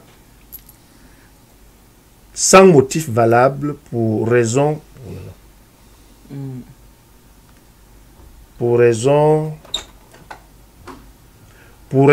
non stipulée dans le présent contrat, l'entraîneur et son assistant auront droit, suivez bien, à la valeur résiduelle du contrat à titre de compensation. Ça, c'est normal, ça se comprend. Si la résiliation se fait sans motif.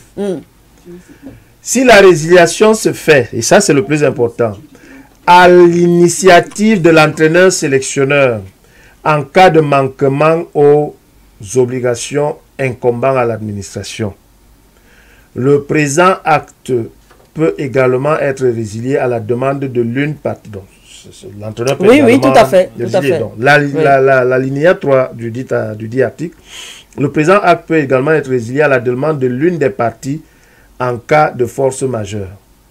C'est là où ça devient intéressant. Dans ce cas, l'entraîneur et son personnel auront droit à 1/5 de la valeur résiduelle du contrat à titre de compensation. C'est-à-dire que, sans raison fondamentalement valable, donc sportive, cas de force majeure. C'est-à-dire que le gars peut dire, bon, vraiment, ma famille me réclame. Oui, vraiment, il me faut c'est être, bon, oui, pour moi, oui. Je préfère mettre un terme à notre contrat, oui. L'administration va dire, ok, vraiment, on a compris. Bon, ne parle pas comme ça, prends quand même quelque chose. Comme, vous demandez à quelqu'un comme ça là, de démissionner. Donc l'échec, c'est que le choix revient à monsieur Marbric. Oui. C'est-à-dire c'est lui qui a... Oui, ok, donc l'échec n'est pas une raison valable pour démissionner. C'est bizarre quand même. L'échec n'est pas une raison valable. Il a lamentablement échoué. Pour résilier même mais oui, il a lamentablement échoué et il ne peut pas avoir la décence de démissionner. Non, il n'a pas de décence. Moi, ce gars-là, moi je vous le dis. Ça, c'est moi qui vous le dis. À Lyon, on l'a chassé. Voilà. Ok. Maintenant, l'autre... Voilà, ailleurs, on l'a chassé. Et ici, on le supplie de ne pas démissionner. Suivez l'alinéa 4. Dans le cas où le présent contrat est résilié unilatéralement... c'est-à-dire de son chef ou alors du chef de l'administration. J'ai un vieux téléphone, donc c'est ça que c'est. Le téléphone, là, vraiment. Il me manque de respect. Croyez-moi, Georges, je vous comprends. Je sais le moment de solitude qui est le vôtre, Georges. Oui, Nancy Kedoumber, je vous promets. D'ailleurs, journaliste animatrice comme toi. Ok, ben c'est bien que vous évoquiez ça, Nancy Kedoumber. Vous êtes mon patron. Et vous avez l'obligation. Je peux lire très rapidement. Oui, lisez très rapidement. Dans le cas où le présent contrat est résilié unilatéralement par l'entraîneur, sélectionneur pour un motif valable, non-paiement de rémunération, de prime au-delà de 60 jours, comme ce fut un peu le cas dans sa vraie fausse démission là. L'entraîneur sélectionneur et son personnel aura droit à la valeur résiduelle du contrat à titre de compensation. Au cas échéant, les revendications seront réglées selon les dispositions de l'article 8 ci-dessus. Donc, autrement dit, il peut démissionner en cas d'échec ou pas? Si il estime que ces primes n'ont pas été payées. Donc, en fait, tout ça, c'est pour dire que c'est Marbric qui s'il veut, il c'est tout à son avantage. Donc, tout est à son avantage. Bon, on peut le pousser à la démission. On peut le pousser à démissionner. En faisant quoi? Je sais pas. Tu veux faire quoi? Bon, je ne veux pas dire ça ici. Non, je ne veux pas dire ça ici, mais... Madame Atelssis, vous avez dit une chose tout à l'heure, très importante, très pertinente. Si la Fédération camerounaise de football avait les moyens de le virer, cela serait fait depuis longtemps. Ce serait un plaisir pour moi. Mais malheureusement, non pas que la Fédération n'ait pas les moyens, mais la fédération n'a pas les coudées franches, n'a pas les mains libres. Voilà, pour le parce que tel que ce contrat est ficelé, l'État du Cameroun serait très perdant s'il venait de prendre la décision de virer Marbric. Donc le seul à pouvoir véritablement trancher, c'est soit Marbric, soit ceux qui sont allés le chercher. Donc il appelle, il dit, bon, grand frère, vraiment... On fait comment? Toi-même, tu sais que le contrat dit ceci, donc part, on va faire comme on a dit là, part. En tout cas, on l'a à l'œil, comme on peut le dire. On l'a à l'œil, ça va me faire. On l'a à l'œil. Non, ça va servir. Ça peut servir. Peut-être, si l'avoir à l'œil, peut-être c'est du genre, fait un peu comme à l'AES, les gars disent peut-être qu'on ne veut plus de toi ici. Qu'est-ce que tu Il y a des choses qu'on ne dit pas forcément. Bon, ok, je ne dis pas alors. De toutes les façons, merci beaucoup. Merci à vous, Georges Rima, d'avoir commenté avec nous cette actualité. C'est vrai que on a encore une vingtaine de minutes, même si on sort du cadre du débat. Vous êtes toujours avec nous. Vous pouvez également dire un mot sur les actualités qui seront débattues ici pour les minutes qui nous restent. Et on va dans quelques secondes passer la parole à Antérésis pour sa rubrique, du moins la rubrique, le point sur une actualité. Et on pourra en discuter. Très bien.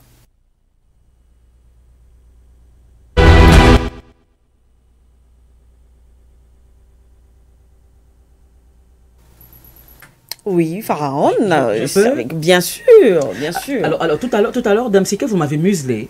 En faisant quoi? Je voulais me plaindre de ce que... Enfin non, je ne me plaignais pas. Je disais que je comprenais le désarroi, le moment de solitude de Georges quand il parlait de son téléphone. Et vous avez dit que comment une grande journaliste comme moi... Ça fait comme Eneo, ça passe, ça vient, ça passe. Oui, mais est-ce que vous n'avez pas dit que vous êtes mon chef? Alors, quel est le rapport? Alors Mesdames Sike, vous devriez avoir honte que vous êtes mon chef, que j'ai un télé... Non, mais ce n'est pas normal, vous êtes mon chef. Mais vous devriez dire, avec l'entre-gens que vous avez... Avec l'entre-gens, les moyens et la puissance que vous avez, vous direz, Pharaon, reste là, tu ne bouges pas, bois un petit thé, bois un café, et vous dégainez votre téléphone, et vous appelez, et on vient m'offrir, mais avec les honneurs qui me sont, avec les honneurs dus à mon rang. Mais je souffre trop dans ce pays. Nous écoute, je pense que lui également, il est mon patron. Où est le rapport? Le partenaire de façon hiérarchisée. Le message est passé. Voilà. Bon, on va se détendre un peu. Hein. On va se détendre un peu avec une actualité qui n'a rien à voir avec le football, qui va peut-être nous tirer vers le bas, entre guillemets. Mais je vais vous tirer vers le bas quand même avec des termes... les termes châtiés, soutenus, eh bien, cette actualité nous ramène un petit peu dans les tréfonds des relations humaines, des relations conjugales. Du côté du Nigeria, donc dans la baie du Biafra, eh bien, il y a une actualité qui défraie la chronique. Il y a une jeune actrice, une ancienne actrice nigériane, qui est mariée à un sénateur. Justement, c'est pour ça que cette actualité est sur cette table, parce que le monsieur le marié est quand même un sénateur, c'est quand même un notable. Et un milliardaire encore. Voilà. Il est multimilliardaire. Mais je suis, disons que je suis à bout, c'est pour ça, c'est-à-dire que je me lasse un peu de cette actu-là, parce que vous ne pouvez pas ouvrir Facebook, TikTok, YouTube, Instagram, Snapchat, Telegram, X, sans que vous ne tombiez sur cette actualité. C'est devenu un véritable bashing, il y en a marre, mais il faut quand même se questionner, parce qu'on parle quand même du désarroi. Alors cette jeune femme qui se retrouve aux prises, qui se retrouve dans les rêtes, dans les filets d'un milliardaire qui est en train d'abuser de son pouvoir, du moins pour ce qu'on sait sur les réseaux sociaux. Je n'ai pas encore eu le plaisir de rencontrer le sénateur Ned Nwoko, parce qu'il s'agit de lui, mais il est question quand même que d'ici le mois prochain que j'aille au Nigeria pour demander une audience pour le voir. Voilà, non, il m'attend, il doit me recevoir. Il faut qu'il m'explique. Vous savez, je suis du signe de la balance, c'est un signe de justice.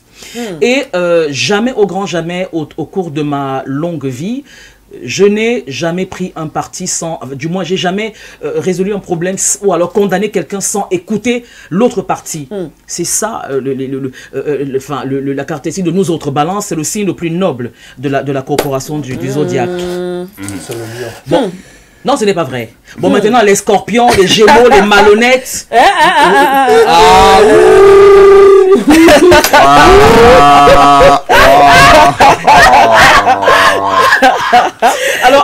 Alors. Bon, on t'aime comme ça, c'est ta marque de fabrique. Si tu ne fais pas ça comme ça, on ne va pas te connaître en même temps. Écoutez, tu as entendu qu'elle m'a promis un téléphone. Je crois que tu es témoin. Elle t'a promis un téléphone? Oui. Oui. Bon, alors... La communication est différente. C'est le langage politique là-bas. Oui. Ah, ben, je suis à bonne école. Qu'est-ce que tu crois?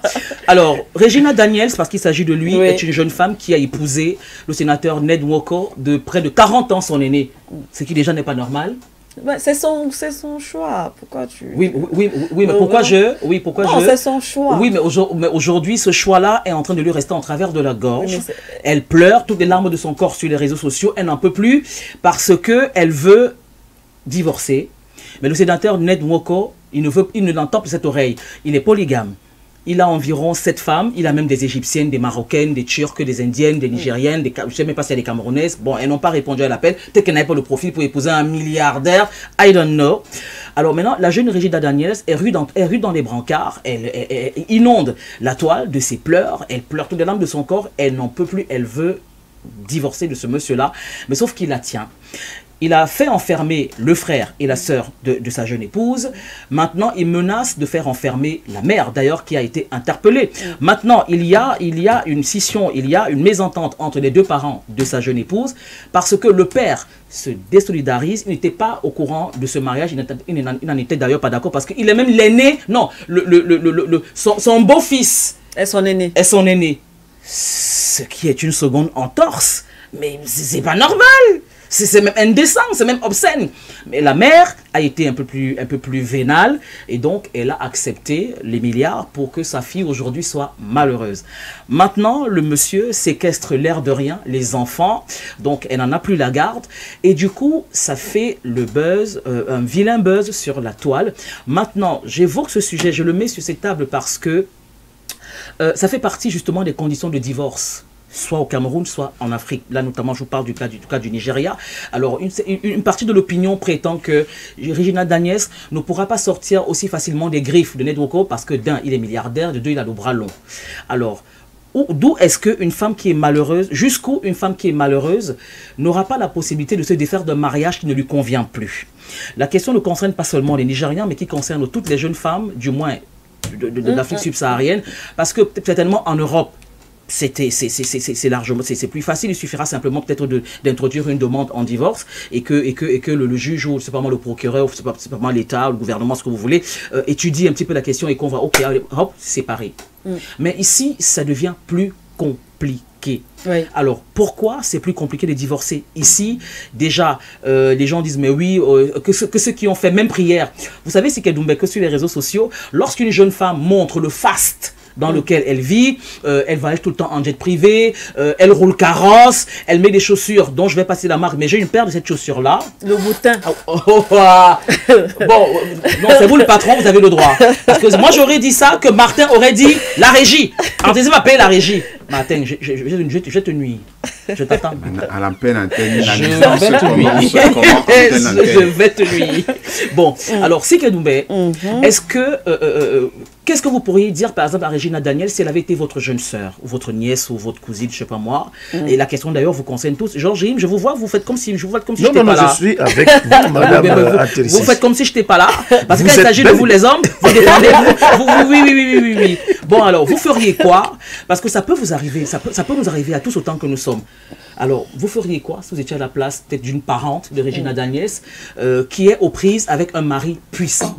Un mari puissant, parce que c'est de ça qu'il s'agit en fait. Oui. Peut-être avant que... Georges Green, place aux hommes. Oui, non, place à l'invité. Merci.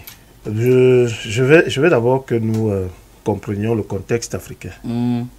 Tu as dit en Europe, c'est plus facile, oui. Parce qu'ils n'ont plus ce type de, si je peux le dire, de problème. Nous sommes en Afrique, malgré le temps, malgré l'évolution des choses, encore des sociétés pleinement machistes. Des sociétés où on pense que l'homme est supérieur à la femme. Je ne dis pas que c'est bon, mais je dis sociologiquement, pardon, sur le plan sociologique, voilà ce à quoi ressemblent les sociétés africaines. Et le Nigeria ne fait pas exception à la règle. Je peux donc comprendre le désarroi de la dame, oui. Parce qu'elle a le sentiment d'être abandonnée par la société et donc oui. l'État du Nigeria. Parce que malheureusement pour elle, le juge qu'elle ira voir pour demander divorce, oui.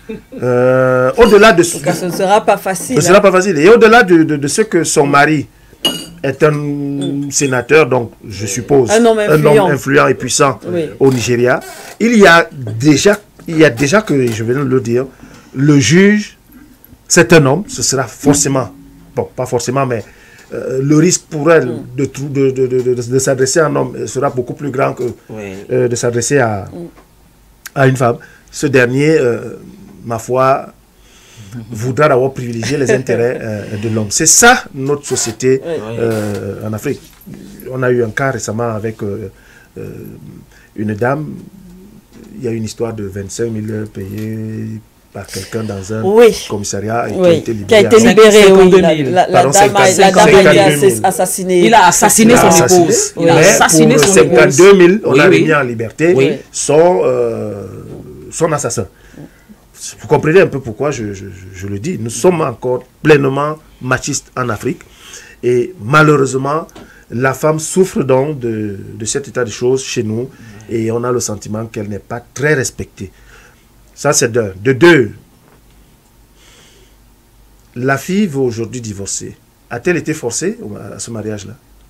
Au moment où Pas à elle se notre marie. connaissance. Bon, Elle était très contente. Hein. Elle avait 19 ans, donc mineure.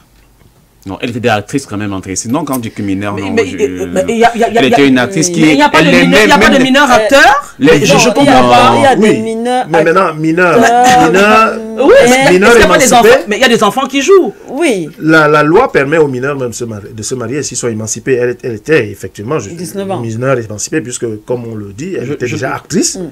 Et je suppose que, d'ailleurs, tu l'as dit, ses parents ou alors un de ses parents La mère. a validé cette union-là. Au moment où elle acceptait, est-ce qu'elle n'avait pas pris en compte l'écart d'âge? Parce que ça aussi, en Afrique, chez nous, Elle avait 19 ans. c'est encore Genre, péjoratif. Elle avait 19 ans. Oui, mais ailleurs, on a des Oui, en fait, mineurs de oui, 18, ailleurs on a 19 des... Parce, ans. parce Johnny que Hallyday. là... Oui, oui. Avec Adeline Blondio, avec Avant même, la non. fille de son ami Long Chris, Adeline, il a Avant épousé même, deux femmes. Est-ce qu'elle était comment mineure? elle s'appelait Comment elle s'appelle Laetitia, Laetitia. sa dernière épouse. Quand il l'épouse, Elle avait 21 ans. Lui, il en avait déjà combien? Bon, oui, mais elle avait Non, 21 ans. mais lui, il en avait déjà Oui, mais elle combien? était- mais elle avait 21 L'écart était sensiblement Oui, le même que oui, celui... le gap était important, mais elle avait 21 ans, Laetitia. ça se gère là-bas facilement. Oui. Chez nous, non. Je suis d'accord avec toi que l'écart d'âge chez nous est encore un facteur... est encore tabou. Est encore tabou.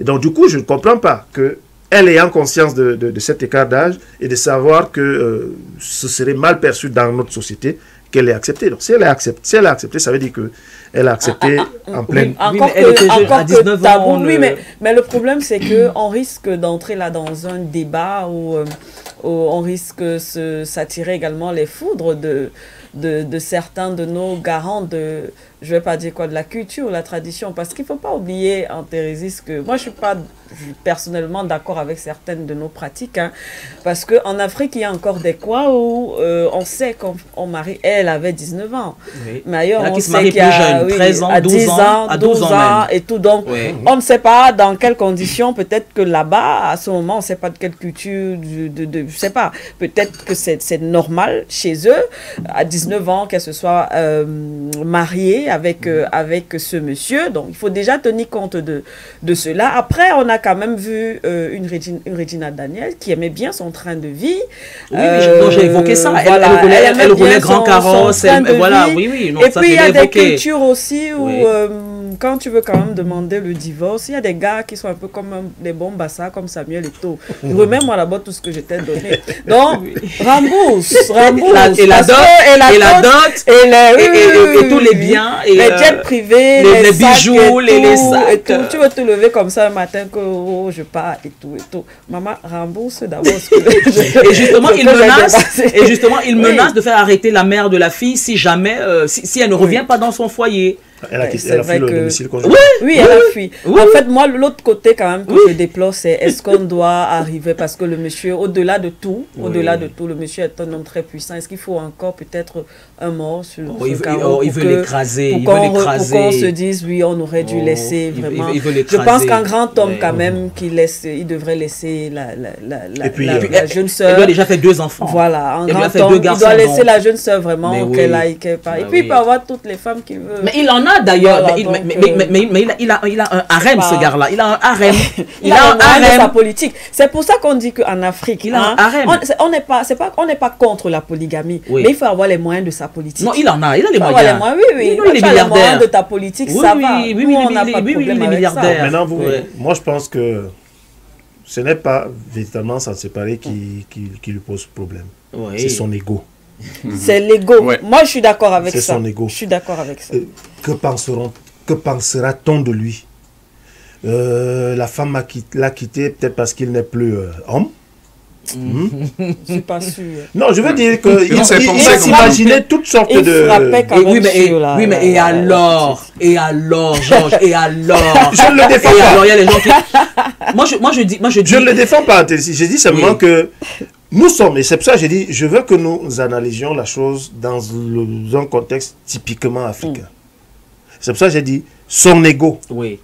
C'est pas tellement se passer d'elle qui, puisque tu l'as dit, il a Bien les sûr, moyens Oui, mais de oui. s'offrir Mais il a un toutes les femmes du harem. monde, voilà. Il a un harem. De son ego. Oui. Ok.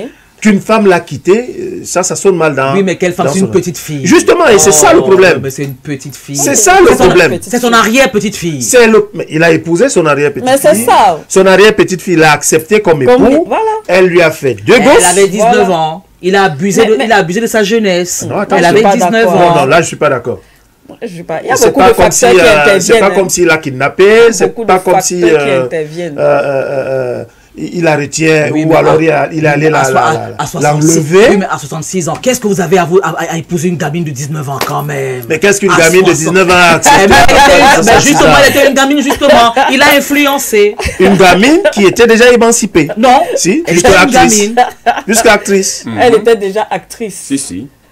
Donc, en tout cas, comme on va dire, là, elle connaissait déjà la vie du dehors. Pas elle faisait la vie du poulet. Faut pas que. Vous connaissez quoi? Non, mais pour devenir quand même sérieux, pour devenir sérieux, je pense que on peut dire quoi? Que le monsieur, il a eu d'elle ce qu'un homme peut espérer d'une femme, 2 enfants. Si elle veut partir, qu'il la laisse. S'il veut même récupérer tout ce qu'il lui a donné, qu'il le récupère, encore que pour moi ce serait tombé quand même bas. Tombé très bas. Il n'a pas besoin de ça pour accroître sa fortune, mais qu'il la laisse partir. Ce sera d'ailleurs tout à son honneur. Bien sûr. Tout à son honneur que de faire tout ce qu'il a fait. J'ai appris qu'il a fait enfermer le frère et la sœur. Maintenant c'est la mère qui est en ligne de mire. Ça lui servira à... Et tout ça, les autorités sont là, on regarde comme c'est un sénateur. Oui, mais il est puissant. Et puis il a de l'argent. Il est puissant. Il est puissant. Voilà, merci Antérésis pour le petit point, l'actualité. Du côté du Nigeria, c'est vrai que c'est un débat de société assez intéressant quand même, qui relève un certain nombre de mots en Afrique. Merci beaucoup. Et nous avons encore Martin, 9 minutes. 9 minutes. Voilà, pour terminer. Et ce sera, Nora, je crois que c'est avec toi qu'on va sortir. Hein, toujours en train de avec l'actualité au Cameroun, mais aussi hors du Cameroun.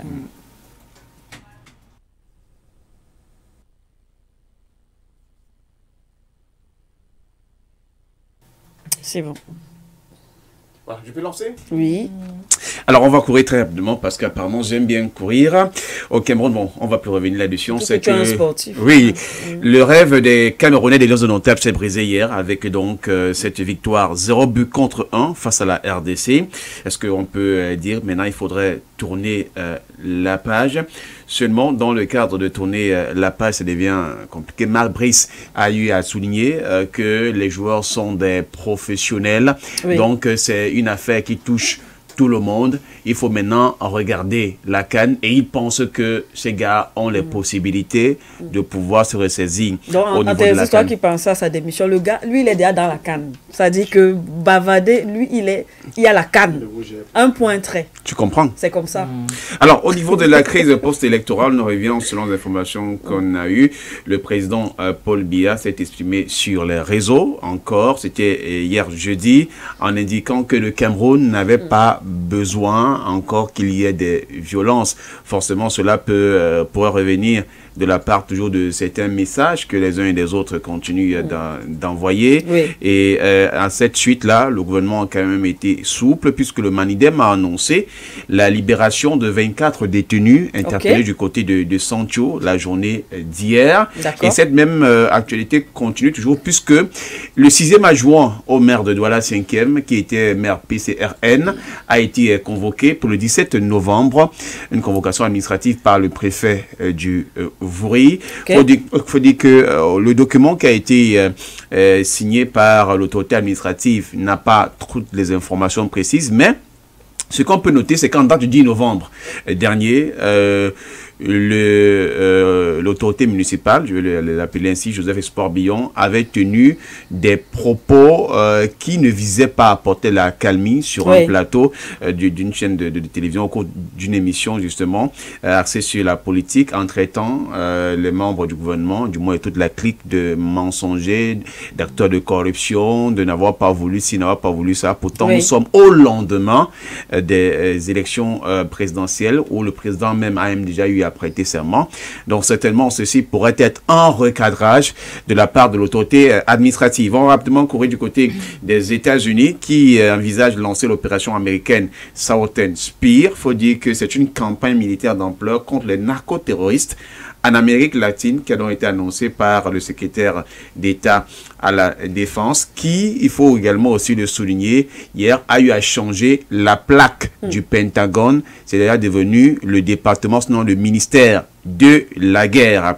Washington aussi ressentant quelques problèmes alimentaires qui pourraient s'annoncer dans les jours à venir pour des produits que les États-Unis n'ont pas. L'administration Trump envisage donc alléger ces tarifs douaniers. Je sais pas comment les gars, c'est parce qu'ils sentent que ils sont en manque de certains produits et que ça va déranger au niveau du système alimentaire des Américains. Gouverner, c'est aussi prévoir. Voilà, donc ils ont allégé, sont en option d'alléger les tarifs douaniers pour que désormais ils puissent bénéficier et là, il y a un peu une sorte de flux commercial qui puisse passer. Donc, il faut que les autres également aussi apprennent à réfléchir. La Guinée, Mamadi Doumbouya, après avoir déposé sa candidature pour la présidentielle, a donc convoqué le corps électoral. Cela voudrait dire par là que ça y est, on commence à rentrer de plein pied dans cette élection présidentielle parce que bientôt, ce sera donc la campagne qui va être lancée. Et puis du côté du Mali, au regard justement de ce qui se vivait ces derniers temps, comme une sorte de frayeur, on avait déclaré que Bamako était en état de siège. Non, le gouvernement dément cela. Le ministre des questions religieuses a eu à réagir depuis Jeddah en Arabie Saoudite en indiquant que le Mali, et surtout Bamako qui est la capitale, est sous contrôle. Il n'y a pas lieu de s'inquiéter. Voilà ce qu'on peut souligner très rapidement en ce qui concerne l'actualité hors du Cameroun et puis de l'Afrique.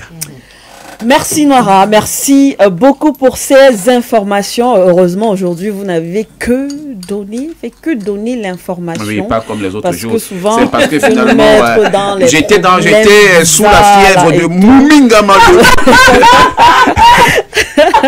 Il veut souvent nous mettre dans les problèmes bizarres avec les commentaires et tout. Tu as vu Mouminga Malou?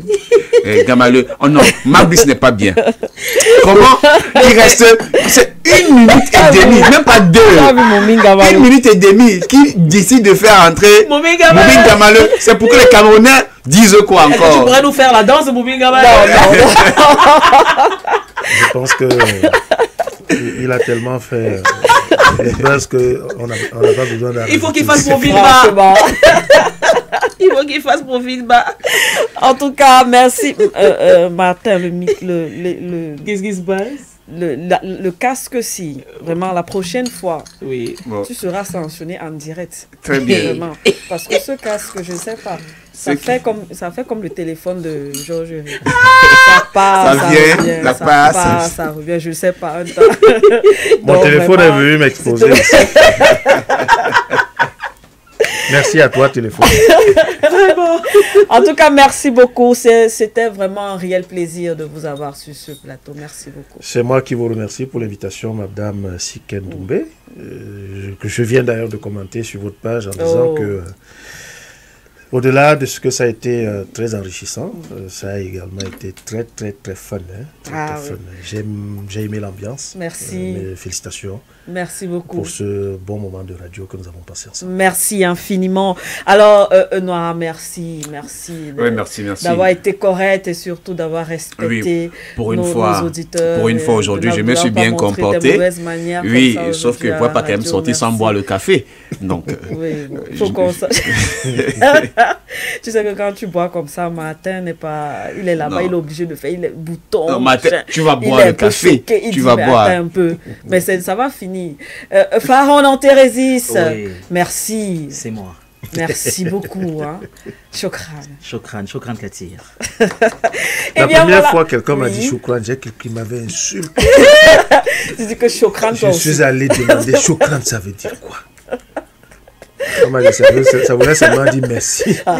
Toi aussi, Chokran. En tout cas, merci à vous, chers auditeurs et télé-auditeurs. C'était la dernière sortie de cette semaine, le grand talk de For You Radio, la 96.3 FM. On a l'habitude de le dire, la seule et unique radio non seulement panafricaine, mais souverainiste, la seule radio qui donne l'information à temps et en heure, et la vraie information, et avec des spécialistes et des professionnels. Oui. En tout cas, merci à vous. Moi, je vous dis au revoir. Humblement, c'était Sikendoumbé pour vous servir avec toute l'équipe de For You Media Africa, For You Radio 96.3 FM. À très bientôt.